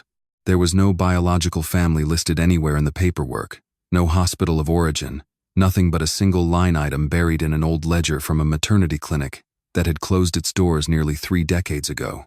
A notation handwritten listing a birth weight, a delivery date, and beside it, crossed out but still faintly legible, the name Ruiz. Desmond sat back in his chair and stared at that single crossed-out word for a long time. He knew that name. Not from Delilah's file, from a much older one buried far deeper in the company archives. One he had pulled years earlier during his very first month working for Jonah, back when he was still learning the full weight of everything. Friend had survived to build this company. A warehouse fire, 22 years old, 4 workers lost, pulling others clear of a collapsing structure that safety inspectors had flagged and been overruled on twice, by a young executive eager to protect his family's shipping margins. Among the 4 names on that old incident report listed simply as dockhand deceased had been a man named Samuel Ruiz, the same name Jonah's own father had died beside. Desmond's hands went cold on the desk. He pulled both files side by side, the crossed-out maternity ledger and the 22-year-old incident report, and stared at them until the coincidence stopped feeling like a coincidence at all. He thought first of confronting Delilah directly, some instinct deep and protective still whispering that a woman with a hidden name and a father who died in an accident this company had quietly buried might be exactly the kind of complication that could destroy Jonah before he ever understood what was happening. He thought about bringing it to the board instead, framing it as due diligence, letting the lawyers decide what to do with a story this explosive before it ever reached Jonah's ears. He did neither. Instead, on a Tuesday night 3 days later, restless and unable to settle the question either way, Desmond found himself parked half a block from the Locust Point row house, telling himself he was simply keeping an eye on things the way he'd kept an eye on Jonah for over 20 years. He watched the porch light click on. He watched Jonah's modified van pull away from the curb sometime after 9 alone. No driver, which struck Desmond as strange enough that he followed at a careful distance, curiosity outweighing whatever reasonable excuse he might have given for it. The van did not head toward the harbor or the office, or any of the places Desmond expected. It stopped instead outside Johns Hopkins Hospital at the entrance nearest the burn unit, where Jonah wheeled himself inside alone, without security, without an assistant, without a single camera crew or reporter trailing behind him the way they inevitably did whenever the company's public to relations team let word slip that the reclusive chairman had been sighted anywhere in public. Desmond followed at a distance, staying near the vending machines in the waiting area, and watched his friend approach the front desk and speak quietly with a nurse for several minutes. He couldn't hear the conversation from where he stood, but he watched the nurse's face change surprise, then something closer to disbelief, then finally a kind of quiet gratitude that made her set down her clipboard entirely. "You're sure you don't want your name attached to it, Mr. Reeves?" the nurse asked, her voice carrying just far enough for Desmond to catch it. "The Alvarez family is going to want to thank whoever covered 3 weeks of skin graft treatment for their little boy. Insurance had already denied it twice." "Tell them it was anonymous," Jonah said quietly. "Tell them somebody in this city just wanted a kid to get better without his parents going bankrupt over it. That's all that matters." He turned his chair back toward the exit before the nurse could argue further, and Desmond, standing frozen behind a vending machine with a folder full of Delilah Monroe's hidden past still sitting untouched on the passenger seat of his own car outside, felt something shift hard and sudden in his case. Just the particular vertigo of a man realizing all at once that he had spent 2 weeks hunting for evidence of who his friend's wife might secretly be, while entirely missing the plainer, quieter truth sitting right in front of him about the man he thought he already knew completely. He did not confront Jonah that night. He drove home instead, the folder still sealed on the seat beside him, and sat for a long time in his own driveway with the engine off, turning over the crossed-out name Ruiz in his mind, and the newer, rawer image of Jonah quietly paying a stranger's hospital bill, and asking for nothing, not even the smallest acknowledgement in return. Somewhere beneath the guarded caution Desmond had carried for 20 years on his best friend's behalf, a different, more uncomfortable question had begun quietly to take its place.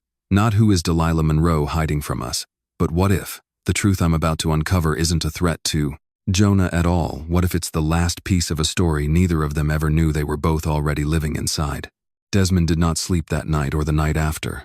He sat instead at his own kitchen table with 2 files spread open in front of him, the crossed-out maternity ledger and the 22-year-old incident report, reading them over and over until the words stopped making sense as words and started making sense as something else. Entirely a thread running quietly beneath 2 families' lives, for over 2 decades waiting for someone to finally pull it taut enough to see where both ends met.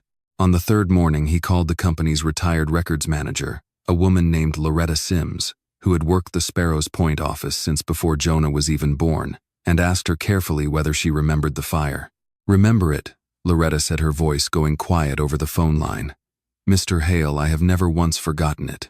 4 men died that night pulling other men out of a warehouse the company had already been warned twice not to load past capacity.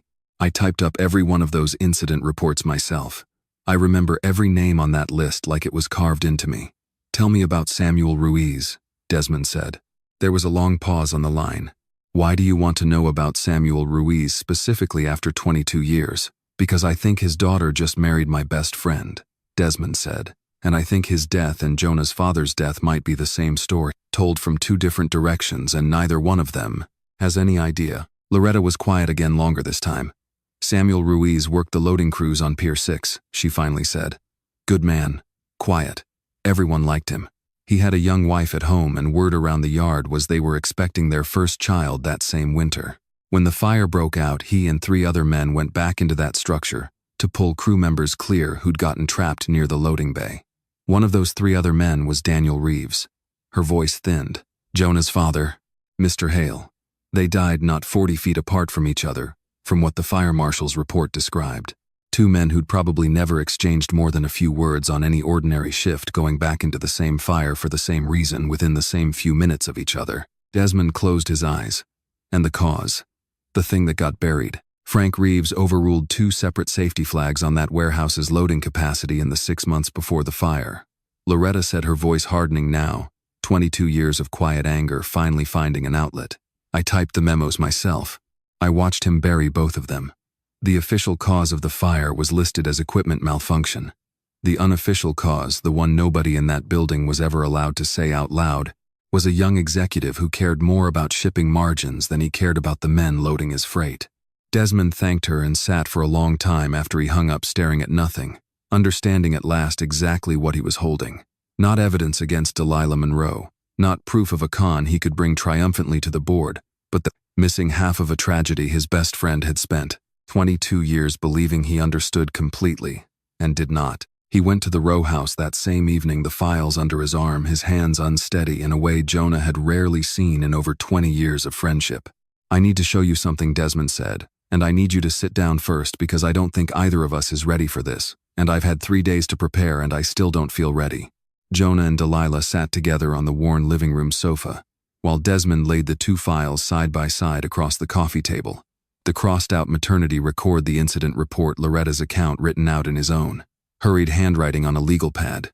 He watched their faces as they read, watched the color drain slowly from both of them at the same moment, watched Delilah's hand find Jonah's without either of them seeming to notice they'd done it. "My father," Delilah said finally, her voice barely above a whisper. "My biological father. I never knew his name. The Doyles never told me anything, not even that much. I always assumed they simply didn't know or didn't care to ask. His name was Samuel Ruiz," Desmond said gently. "He worked the docks at Sparrows Point. By every account I could find, he was well-liked, hard-working, and about to become a father for the first time when the fire happened." He hesitated, watching Jonah's face carefully. "He died going back into a burning warehouse to pull other men clear. So did your father, Jonah. Within 40 feet of each other, according to the fire marshal's report. The same night. The same fire." The room went very still. Outside, a car passed slowly on Fort Avenue, its headlights sweeping briefly across the ceiling before disappearing again into the dark. "They died together," Jonah said, slowly testing the words as though they might dissolve if he said them too fast, "and neither of us ever knew the other existed until 22 years later when I happened to be sitting in a wheelchair on the exact night your family threw you out onto a staircase." "Frank overruled the safety flags," Desmond said quietly. "Twice. I have the memos. I have Loretta Sims on record confirming it. Your uncle didn't just try to kill you 6 years ago on that bridge, Jonah. He got your father killed 22 years before that, cutting corners on a warehouse he was supposed to be maintaining safely. And he buried it so thoroughly that even you never knew the real cause of the fire that took him. Jonah sat very still for a long moment, something moving behind his eyes that Delilah had never quite seen there before. Not grief exactly, though grief was certainly part of it, but something colder and more focused. The look of a man finally understanding the full shape of a pattern he had only ever seen in pieces. All this time, he said, I thought the bridge was the beginning of what Frank was willing to do to protect this company's margins. I thought I was simply the first person in this family he decided was expendable. His voice hardened. I wasn't the first. My own father wasn't even the first, apparently, if there were safety flags ignored twice before that fire ever happened. How many other men did Frank Reeves decide were an acceptable cost of doing business before he ever got around to deciding the same thing about his own nephew? Delilah tightened her grip on his hand, grounding him, and turned to look at the incident report still open on the table at her father's name, printed in flat bureaucratic type beside a date that had until tonight meant nothing to her. All. I used to be angry that I never knew him, she said quietly. Growing up in that house watching Walter Doyle play the role of a father, while never once actually being one to me, I used to wonder if my real father would have been any different, or if I simply came from people who didn't know how to love a child properly. And the Doyles were only ever a continuation of that. She looked up, her eyes wet but steady. Now I find out my real father ran back into a burning building to save men. He didn't have to save. On the same night your father did the exact same thing, and neither of them made it out. I don't feel angry anymore. I feel like I finally understand exactly where whatever's good in me actually came from. Desmond, watching the two of them from across the coffee table, felt something settle in his own chest that had been unsettled for weeks. The last of his suspicion finally giving way, entirely replaced by something that felt for the first time since he'd opened that maternity ledger like shame. I have to tell you both something, he said. I started digging into Delilah's background because I was afraid you were being taken advantage of, Jonah. I followed you to the hospital 3 nights ago because I didn't trust either one of you enough yet to just ask you directly what was going on. He shook his head slowly. I watched you pay a stranger's medical bills and ask for nothing back. I found out tonight that both of your fathers died pulling other men out of the same fire. I think I owe you both an apology. I don't entirely know how to give yet except to say that I was wrong and I'm done being wrong about this. And from now on, whatever comes next with Frank, you have me standing beside you both, completely without any more doubt attached to it. Jonah looked at his oldest friend for a long moment, and something passed between them that needed no further words. 20 years of trust tested and nearly broken by fear, quietly repairing itself in the space of a single, honest confession. Then help me finish what our fathers started, Jonah said finally, his voice low and certain, because if Frank Reeves has spent 22 years burying what he did to keep this company's margins clean, I intend to make sure the next thing he buries is his own career in full view of everyone, whoever trusted him. Outside, the harbor wind picked up against the old windows, and inside the small row house on Fort Avenue, 3 people who had each arrived at this moment from very different directions sat together in the lamplight, bound now by something none of them had chosen, but all of them finally understood.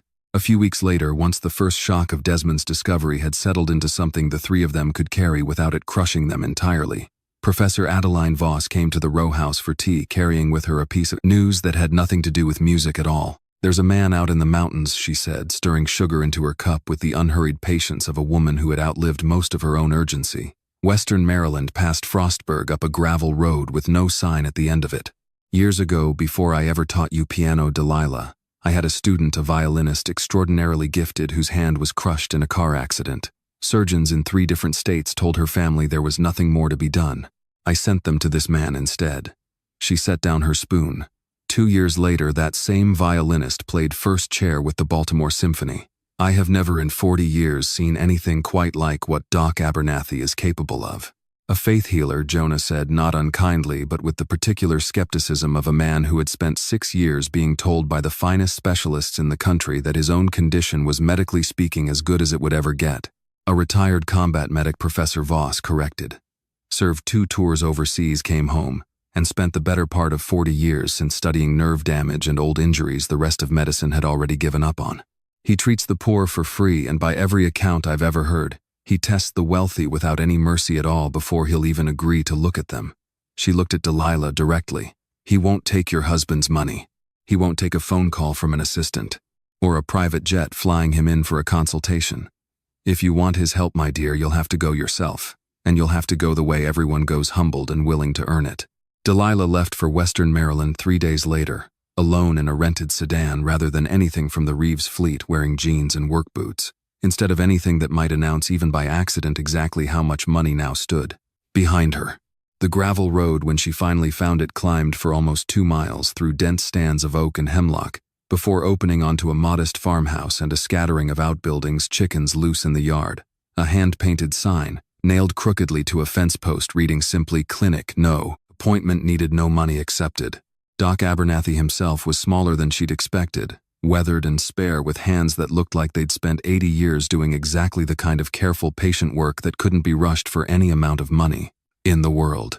"You're the shipping wife," he said before Delilah had said a single word, looking her over, the way a man looks over a horse he's deciding whether to buy. "Word travels fast even up here. What do you want?" "My husband's legs," Delilah said. "He was burned in a fire 6 years ago. The nerve damage is severe. Every doctor we've seen says the pathways are dead." "Dead is a word doctors use when they've stopped looking," Doc Abernathy said. "Doesn't mean it's true." He studied her for a long moment. "Before I discuss your husband's legs, any nerve, you're going to work this clinic for 3 days. Not as a visitor, as the lowest hand here. You'll haul water from that well before I finish my coffee each morning. You'll wash the bedding for the stroke patients in the back room, and you'll feed the ones whose hands don't work well enough to feed themselves anymore. You'll sleep on the porch on a cot, no phone, no car keys, and you'll answer to no title at all while you're here. Mention money once, and you'll find yourself back on that gravel road before the word finishes leaving your mouth." 3 days, Delilah said. "And then you'll help him." "Then I'll consider it," Doc Abernathy said. "That's the whole of what I'm offering. Take it or don't." She took it. The first day nearly broke her. She had grown up comfortable, then grown accustomed over the past months to a different kind of comfort. Jonah's careful attentiveness, his insistence that she never lift anything heavier than necessary, that she rest when she was tired. None of that comfort followed her up the gravel road. By noon on the first day, her shoulders ached from the well bucket, her hands had blistered from wringing wet linens in cold water, and she had fed lunch, spoonful by patient. Spoonful to an elderly stroke patient named Mr. Kowalski, who could no longer lift a fork on his own, wiping his chin gently each time a bit of soup escaped, and thinking the entire time of Jonah's careful, stubborn independence, how much it must have cost him every single day since an accident to need help with things this simple, and never once let himself ask for it out loud. By the second day, something in her had shifted. The work stopped feeling like punishment, and started feeling like something closer to penance, not for anything she'd done exactly, but for every year of her life she'd spent inside houses where comfort was assumed rather than earned, never once wondering what it cost. The people who made that comfort possible. She learned the names of herbs by their smell before Doc Abernathy ever told her what they were called. She learned which of the patients liked to be talked to while she worked and which preferred silence, and adjusted herself accordingly, the way her mother, she realized with a sudden ache, had probably adjusted herself for 20 years behind. The counter of a diner 2 blocks from where Jonah had once stood outside hungry, watching the lights. On the third evening, exhausted, her palms raw and cracked from 3 straight days of cold well water, Delilah sat on the porch steps beside Doc Abernathy as the sun went down behind the ridgeline, and found she had nothing left to prove, and for the first time in 3 days, nothing left to say either. "You didn't complain once," Doc Abernathy said, watching her. "Most folks with your kind of money complain by the second hour. I stopped having that kind of money the night my family threw me out of my own wedding," Delilah said. "Whatever I have now belongs to a man who slept behind a laundromat when he was younger than most of the boys who deliver my groceries. I figured the least I could do was earn the thing I'm asking you for, the same way he's had to earn everything he's ever kept." Doc Abernathy studied her for a long moment, something in his weathered face softening slightly for the first time in 3 days. "There's a compound," he finally said, "made from a root that only grows wild in a handful of hollows in this state, preserved a particular way, aged at least 20 years before it's any good for anything. My grandfather's recipe. I've seen it wake nerve pathways doctors had already written off as dead, not always, not for everyone, but often enough that I keep looking for it whenever a case like your husband's walks up my road." He shook his head slowly. "I don't have any myself right now. Last jar I had went to a stroke patient 2 winters back. But I'll tell you where to look, because something tells me you already know the place better than you think you do." "Where?" Delilah said, leaning forward. You said your mother kept house for a wealthy family before she died, he said. You said the family who raised you, the Doyles. Somewhere in a house like that, a cellar, an old pantry someplace. Nobody's cleaned out properly in 20 years. There's usually a jar of something old and forgotten, kept by whoever ran that household long before the current owners. Ever thought to ask what it was? He looked at her steadily. Your grandmother, or somebody like her, it kept a house like that running for decades. People like that don't throw things away, Mrs. Reeves. They bury them out of habit in places nobody thinks to look anymore. Delilah sat back, a slow, cold certainty settling over her, the memory faint, but suddenly vivid, of a small clay jar wrapped in red cloth sitting on the highest shelf of the Doyle family's old root cellar that she had asked about once as a child and been told by a housekeeper sharply never to touch. I know exactly where to look, she said quietly. I just have to go back to a house that's already thrown me out once and take something out of it before anyone realizes what it's worth. Doc Abernathy nodded slowly, satisfied, and rose stiffly from the porch step, brushing the dust from his knees. Then you've passed the only test that ever mattered, he said. Not the 3 days. Any fool with enough desperation can survive 3 days of hard work. The real test was whether you'd come up my mountain willing to earn something instead of buy it. Most people with your kind of money never do.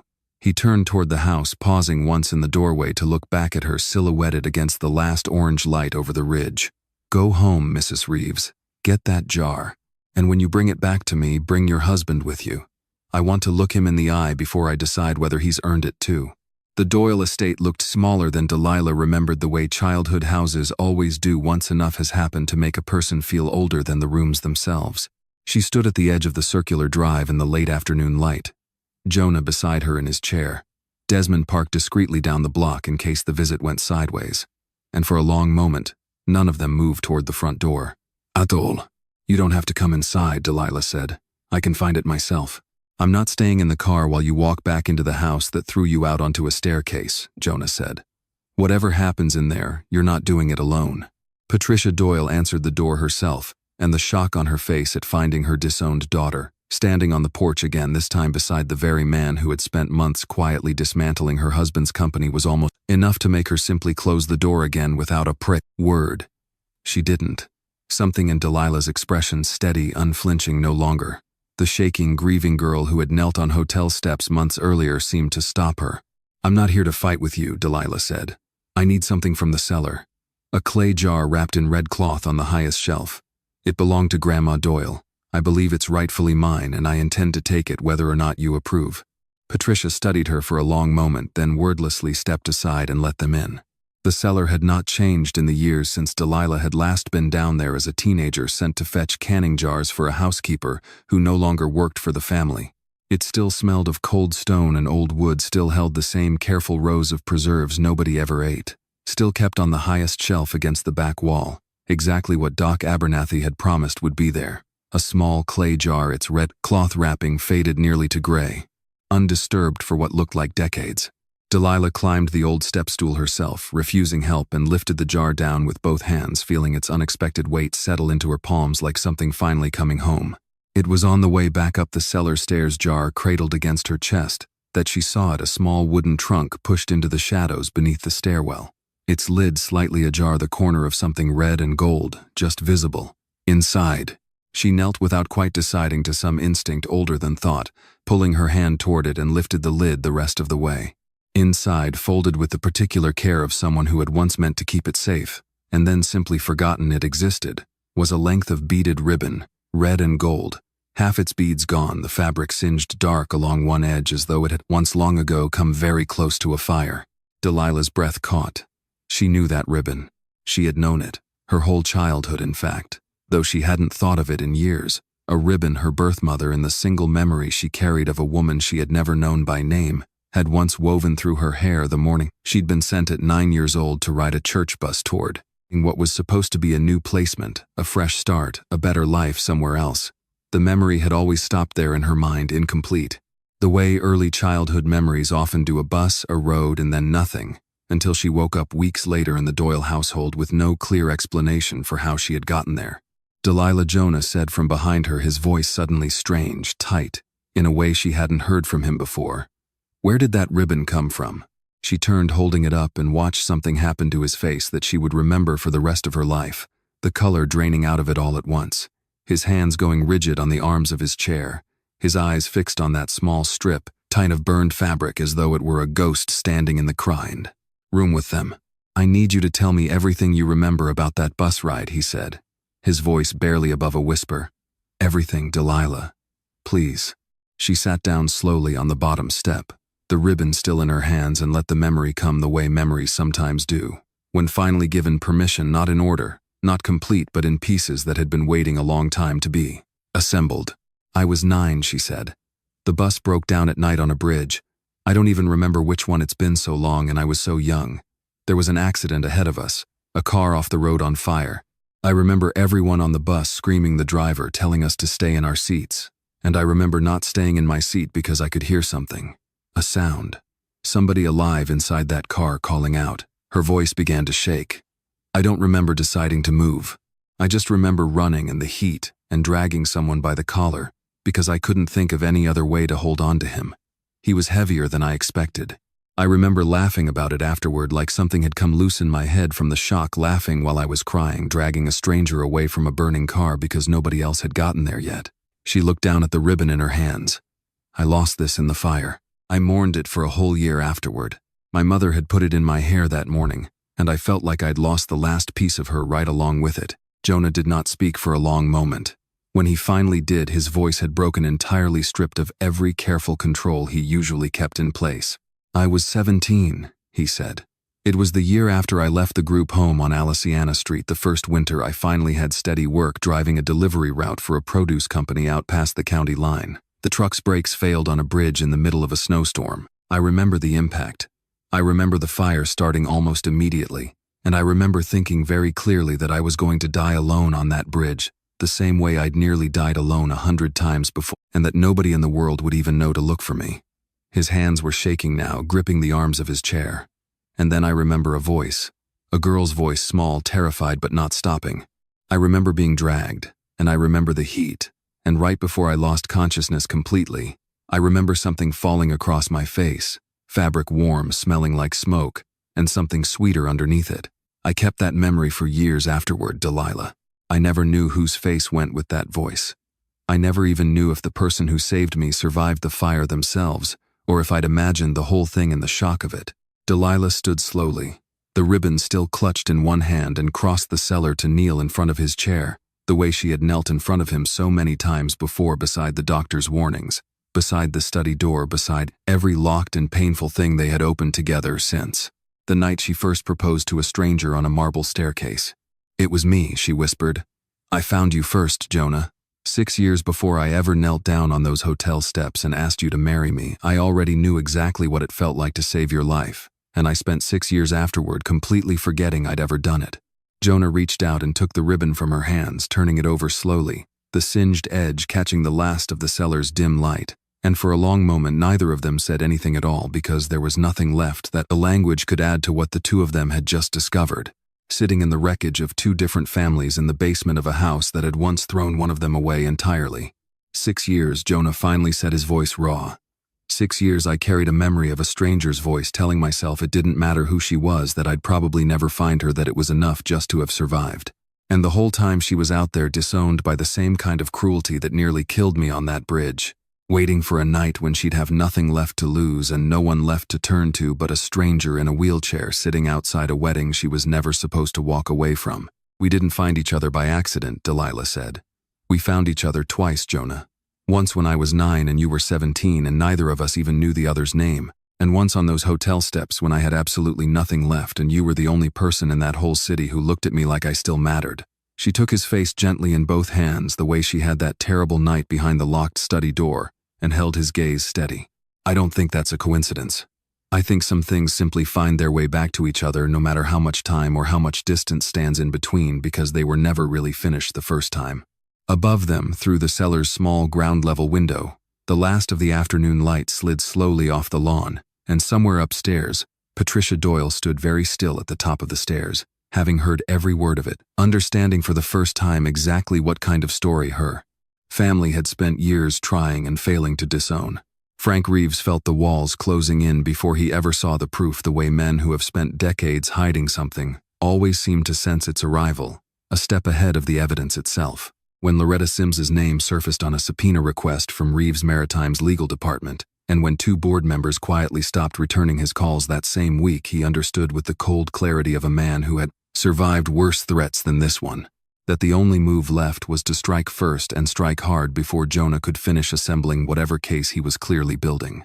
He called an emergency board meeting for the following Monday morning, framing it in the notice sent to every director as a matter of chairman fitness, citing Jonah's prolonged medical absences, his unexplained 6-year avoidance of public appearances, and what Frank's memo delicately called increasingly erratic personal decision-making, a thinly veiled reference to a marriage that had within a single season upended 2 of the city's most powerful shipping families. "He's making his move," Desmond said, grimly reading the notice over Jonah's shoulder in the 11th floor office. "He knows something's coming and he's trying to remove you from the chairmanship before it lands." "Then we make sure it lands first," Jonah said. The board meeting convened at 9 o'clock Monday morning in a room paneled with dark walnut and hung with portraits of every chairman who had ever run Reeves Maritime going back 4 generations.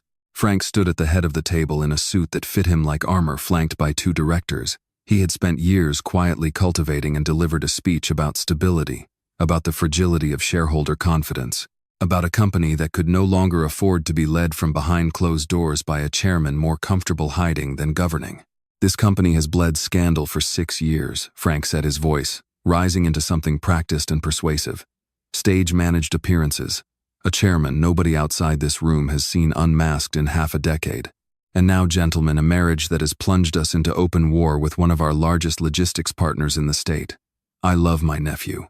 I have loved him since the day this family took him in as an orphaned infant. But love is not strategy, and sentiment is not governance.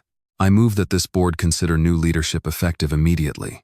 For a moment the room held its breath, several directors exchanging uncertain glances, clearly weighing years of Frank's careful cultivation against whatever rumors had begun in recent weeks to circulate about the reclusive chairman's true character. Jonah rose slowly from his seat at the far end of the table, a small, deliberate motion that drew every eye in the room, since no one present had ever seen the chairman stand unassisted. "Before this board votes on anything," Jonah said, his voice level and unhurried, "I'd like to enter something into the record. 22 years ago, a warehouse fire at Sparrows Point killed 4 men, including my own father, Daniel Reeves. The official cause was listed as equipment malfunction.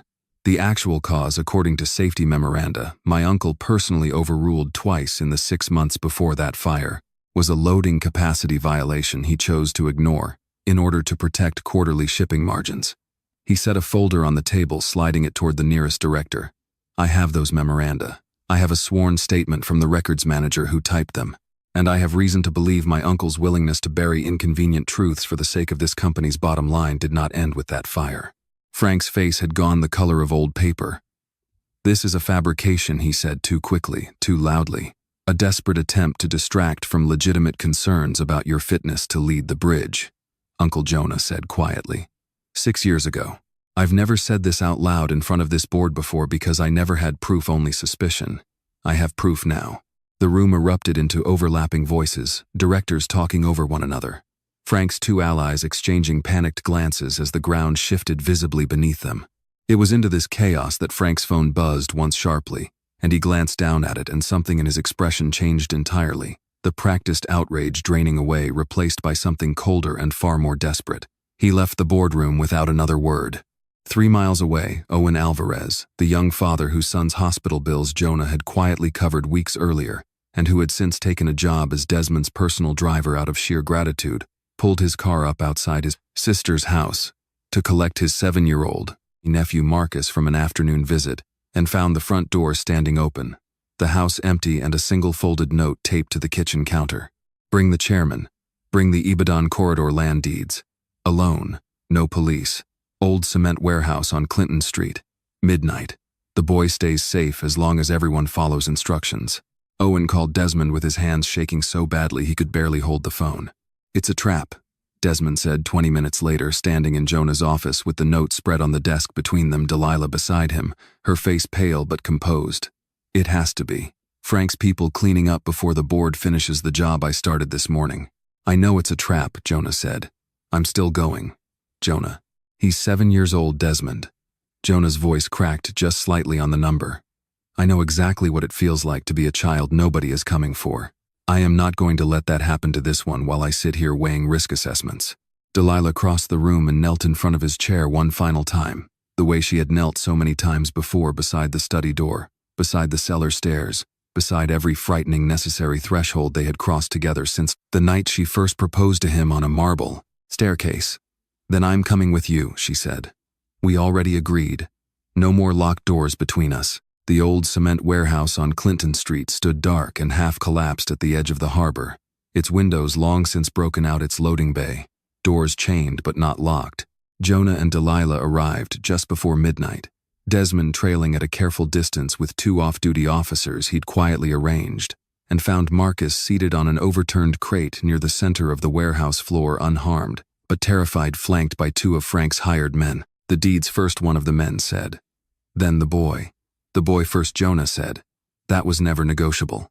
What happened next unfolded faster than any of them could later fully reconstruct. A scuffle near the loading bay, a shout, one of the men shoving Delilah hard enough that she stumbled backward into a support beam already weakened by decades and neglect, and above them with a groan of tearing metal that seemed to come from everywhere at once. A section of the old roof began to give way. Jonah did not think. He stood. For the first time in 6 years, his legs carried his full weight beneath him, adrenaline and terror overriding whatever the doctors had spent. 6 years insisting was permanently medically impossible, and he crossed the warehouse floor in a stumbling, desperate run, gathering Marcus in one arm and Delilah in the other, half carrying, half dragging them both toward the loading bay doors as the roof came down behind them in a rolling wave of dust and collapsing beams. They made it through the doors. Jonah did not make it clear of the wreckage entirely. A falling beam caught him across the back and shoulder just as he shoved Delilah and Marcus the last few feet to safety, and the last thing Delilah saw through the choking cloud of dust and the ringing in her own ears was her husband disappearing beneath a section of collapsing roof, his hand still outstretched toward her, as though even in that final second, the only thing his body still understood how to do was reach for the people he loved. Jonah, Desmond, and the 2 officers reached the wreckage within minutes, tearing at splintered beams and broken concrete with their bare hands, and found him at last unconscious, bleeding, his legs pinned beneath a support beam that had taken 3 men to finally lift clear. He was breathing. Barely, but breathing. The ambulance ride to Johns Hopkins passed in a blur. Delilah would never fully recall afterward the sirens, Marcus sobbing quietly against Owen's chest in the waiting room, Desmond gripping her hand so tightly it left marks, and somewhere beneath all of it, one single unbearable thought looping, over and over in her mind, that the first time in 6 years Jonah Reeves had stood on his own 2 legs, he had done it to save her life, and it might in the end cost him his own. Jonah remained unconscious for 3 days after the surgery, his body given over to the particular stillness of intensive care machines tracking every breath his own lungs no longer managed entirely alone. Delilah did not leave the hospital during that time except when a nurse physically insisted, and even then she returned within the hour, sitting in the same chair beside his bed holding the same hand, waiting for some sign, any sign that the man who had carried her and a 7-year-old boy out of a collapsing warehouse had not spent the last of himself doing it. Desmond kept the company running in Jonah's absence, informing the board in a terse, unambiguous statement that Frank Reeves had resigned, all positions effective immediately, pending a criminal investigation into decades-old safety violations and, separately, into a kidnapping charge that federal investigators were treating with considerable urgency. Frank himself had not been seen since the night of the warehouse collapse, though Desmond assured Delilah grimly that a man with his resources rarely stayed hidden for long once the right people started looking. On the 4th morning, while Jonah remained still and silent in the bed beside her, a package arrived at the hospital addressed to Delilah in handwriting. She didn't recognize careful, old-fashioned cursive on a plain manila envelope, postmarked from a small town in western Maryland. She knew only as the location of a gravel road with no sign at the end of it. Inside was a letter, and beneath it a thin medical file yellowed with age, several pages held together with a rusted paperclip. "Mrs. Reeves," the letter began, "I heard about the warehouse from Adeline Voss, who I understand has become something of a mutual friend to us both. I am sorry for what your family is going through. I am sending you something I have kept for a long time out of respect for a woman I only met once but never forgot. I think you are owed the truth now, whatever it costs to read it. E. Abernathy." Delilah's hands went unsteady before she'd even opened the file itself. Inside were medical records, old handwritten notes from a rural clinic visit, dated more than 15 years earlier. The patient listed simply as Eleanor Monroe, 41. Delilah's breath caught at her mother's name, and she made herself keep reading slowly, piecing together a story from clinical shorthand that had clearly been written by Doc Abernathy himself in the same careful hand as the letter. Patient presents with severe bronchial pneumonia, likely progressing from prolonged cold exposure. Patient described standing outside her place of business in freezing rain for several hours on 2 separate occasions. The previous winter, refusing entry to unidentified men, she states, were searching the premises for a minor she had been sheltering. Patient reports she did not seek treatment at the time, stating, quote, "I wasn't going to leave that door while they were still out there, whatever it cost me." Lung function significantly diminished as a result. Advised patient this level of damage will likely contribute to long-term cardiac strain. Patient acknowledged the risk and declined further follow-up, citing lack of funds. Refused all offers of reduced-cost treatment, stating others needed it more. Delilah read the page 3 times before the words fully assembled themselves into something she could hold. Her mother, steady, unshakable Eleanor Monroe, who had never once in Delilah's entire childhood mentioned illness or hardship or anything beyond the ordinary business of running a diner, had stood for hours in freezing rain twice, refusing to let strangers search her storeroom for a homeless teenage boy she barely knew, and had paid for that choice with a wound to her own lungs that never fully healed.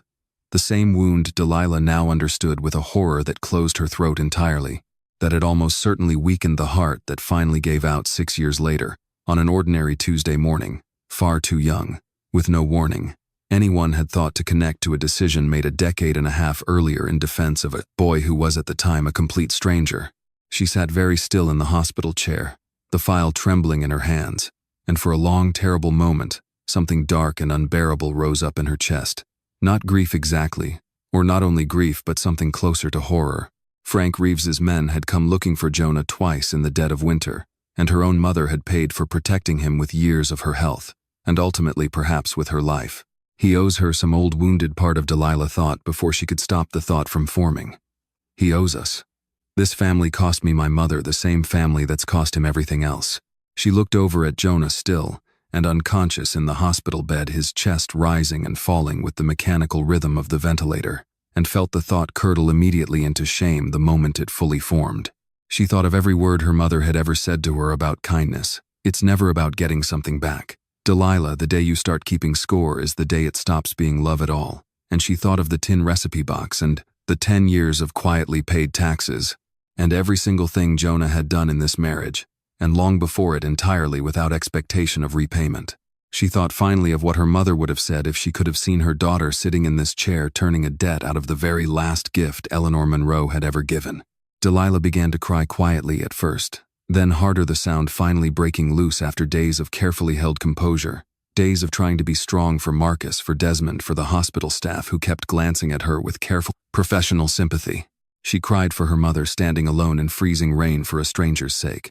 She cried for the boy who had never known until this very moment exactly how much that shelter had cost the woman who gave it. She cried most of all for the terrible human instinct that had risen up in her own chest only moments earlier, the instinct to turn a gift into a debt, love into a ledger, the same instinct that had driven every cruelty in both of their families for generations, and that she had almost in her grief let win. She wouldn't want this, Delilah finally whispered to no one, to the quiet hospital room, to the unconscious man in the bed beside her. She never once, not for a single day of her life, wanted anything back for what she gave people. That was the whole point of who she was. She wiped her eyes and sat forward, taking Jonah's hand in both of hers, and made herself say the rest of it out loud, even though he couldn't yet hear her, because some truths needed saying regardless of whether anyone was awake to receive them. "You didn't cost her anything, Jonah," Delilah said softly. "She chose you. Twice in the freezing rain, when she could have just let those men search the storeroom and gone back inside where it was warm. She chose you the same way I chose you on those hotel steps, the same way you chose to stand up out of that chair 3 nights ago, even though every doctor you've ever seen told you it wasn't possible. None of us did the math first. None of us calculated what it would cost before we decided you were worth it." Her voice, caught steadied, continued. "That's what she'd want you to understand if she were here to say it herself. Not that you owe anyone anything. That you were simply always worth choosing long before you ever had a fortune to offer anybody in return." The machines beside the bed continued their steady, patient rhythm, and outside the window evening settled slowly over the Baltimore skyline, the harbor lights beginning to flicker on one by one against the darkening water. Delilah stayed through the night, her mother's letter folded carefully in her lap, and somewhere in the deep, unconscious quiet of the hospital room, something in Jonah's hand tightened faintly, but unmistakably. Around hers, the first movement of any kind in 3 long days, small and uncertain, but there. Jonah opened his eyes on the 5th morning slowly, the hospital room swimming into focus around him, one careful shape at a time. The pale ceiling tiles, the steady green line of the monitor beside his bed, and finally, closest of all, Delilah's face, exhausted and tear-streaked and more beautiful to him in that moment than anything he had ever built in 20 years of climbing out of poverty. "Hey," she whispered, gripping his hand so tightly it nearly hurt. "Hey, you're here." Marcus, Jonah said first, his voice rough and unused. "Is he safe?" "Untouched. Owen hasn't left his side since that night." Delilah pressed her forehead gently against the back of his hand. "You saved him, Jonah. You saved both of us."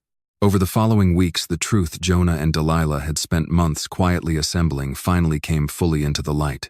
Frank Reeves was arrested within days of the collapse, charged with kidnapping conspiracy, and once federal investigators finished cross-referencing 2 decades of buried safety reports, criminally negligent homicide connected to the warehouse fire that had killed 4 men, including his own brother. In the weeks that followed, investigators also traced the funding behind Derek Lang's embezzlement scheme and Vanessa Doyle's long campaign of quiet sabotage to a Baltimore socialite named Camille Ashworth, a woman who had resented the Reeves family's rise for decades and had been paying for the couple's cruelty from the shadows since long before the wedding ever took place. All 3 were indicted. None of them ever set foot near Locust Point again. Margaret Reeves visited the hospital every day of her son's recovery, and on the afternoon Jonah was finally strong enough to sit up unassisted, she brought with her a single photograph, the courthouse picture from his adoption, the one that had run in 3 newspapers 22 years earlier, and set it gently on the blanket in front of him. "I kept this in a drawer for 22 years, ashamed of what it represented," Margaret said. "I'd like you to have it now, not as a reminder of what I got wrong, but as proof of how far we've both come since." She took his hand, something she had never once done in his childhood without a camera present to witness it. "You are my son, Jonah. Not a photograph. Not a story I once needed for a company's image. My son. I am sorrier than I will ever have the words for, that it took me 22 years and nearly losing you twice to finally say that and mean every word of it." Jonah wept openly for the 2nd time in his life, in front of another person, and this time he let himself be held while he did it. 6 months later, on a bright, cold Saturday morning, the old diner on Thames Street reopened its doors for the first time in over a decade. The crooked sign had been repainted, the bell over the door finally fixed, so it rang true and above the entrance. A new plaque had been mounted reading simply, "In memory of Daniel Reeves and Samuel Ruiz, who ran toward danger for people who weren't their own to save, and Eleanor Monroe, who stood in the cold so a stranger's child could stay warm. Fed here, sheltered here, never forgotten here." Inside, the diner had become something new. A free community kitchen and burn recovery support center, serving hot meals every evening to anyone who needed one, no questions asked. Exactly the way Eleanor Monroe had always run it, herself. That same afternoon, in the small garden behind the diner, Jonah Reeves stood on his own 2 legs, steadier now, month by month, though he still used the chair on his hardest days, and had stopped entirely being ashamed of that, and asked Delilah to marry him again properly, this time in daylight, in front of both families and everyone in Baltimore who cared to come. "You already asked me once," Delilah said, laughing through tears on a staircase in a ruined wedding dress with nothing left to lose. "This time I'm asking with everything to lose," Jonah said, "which is a very different kind of question. I'm asking you to marry all of it, the money, the scars, the company, the parts of me that are still healing and might always be healing. I'm asking you to marry the whole story now that neither of us has anything left to hide." "Yes," Delilah said, "on one condition. The promise you made me back when your legs first came back. The hospital wing. Already broken ground on it," Jonah said. "Pediatric burn recovery unit, full scholarship fund attached, named for 2 men who never got the chance to see how far their children would come." They were married that evening under string lights strung between the diner and the harbor. Desmond standing as best man with young Marcus solemnly holding the rings, Margaret seated in the front row without a single camera crew present, weeping openly and without a trace of shame. Somewhere in the crowd, Doc Abernathy sat quietly at the edge of the garden, having driven 3 hours down from the mountains for the occasion, watching the whole scene with the satisfied, weathered expression of a man who had spent a lifetime testing people's hearts and had at long last found two worth every ounce of the trial. If there is one thing this story leaves behind for anyone watching tonight, it is this: love that is real never keeps score. Eleanor Monroe never once expected repayment for a warm plate of food and a safe place to sleep, and yet that single act of kindness rippled forward for 22 years until it saved her own daughter's life. Jonah Reeves spent years believing love had to be earned, built, purchased with an empire large enough that no one could ever leave him again. And it was only when someone loved him without any condition attached at all that he finally understood he had been worth loving the entire time, long before he ever had a single dollar to his name. And Margaret Reeves teaches us, perhaps hardest of all, that it is never too late to trade a carefully managed image for one honest, unguarded apology, even after 22 years of silence. Compassion asks nothing in return. Protection is not the same thing as control. Responsibility means showing up for people quietly, the way Eleanor did, the way Jonah did, long before either of them ever expected anyone to notice. And healing, real healing, the kind this story was always truly about, does not come from money or medicine or even from a legendary healer's rare root compound alone. It comes from being seen completely, scars and silence, and all by someone who chooses, again and again, not to look away. That is the whole lesson wrapped inside this story, and perhaps the truest one any of us will ever need. You were never required to earn the right to be loved. You already are. You always were. Now it's your turn. What lesson did you take away from this story tonight? Was it Eleanor's quiet kindness, freely given with no thought of what it might cost her? Was it Jonah learning after a lifetime of believing otherwise that he never had to buy his own way into being worthy of love? Or was it Margaret showing us it is never too late to make things right? Whatever it was, leave it in the comments below this video and let us know your thoughts. We read every single one, and we would love to hear which part of this story touched your heart the most. If this story moved you tonight, please take a moment to like this video, share it with someone who needs to hear this message today, leave a comment below, and subscribe to this channel so you never miss the next story. Thank you so much for watching all the way to the end, and for letting this story into your heart tonight. Wishing you knowledge, wisdom, and peace on your own journey, and we will see you again in the next video.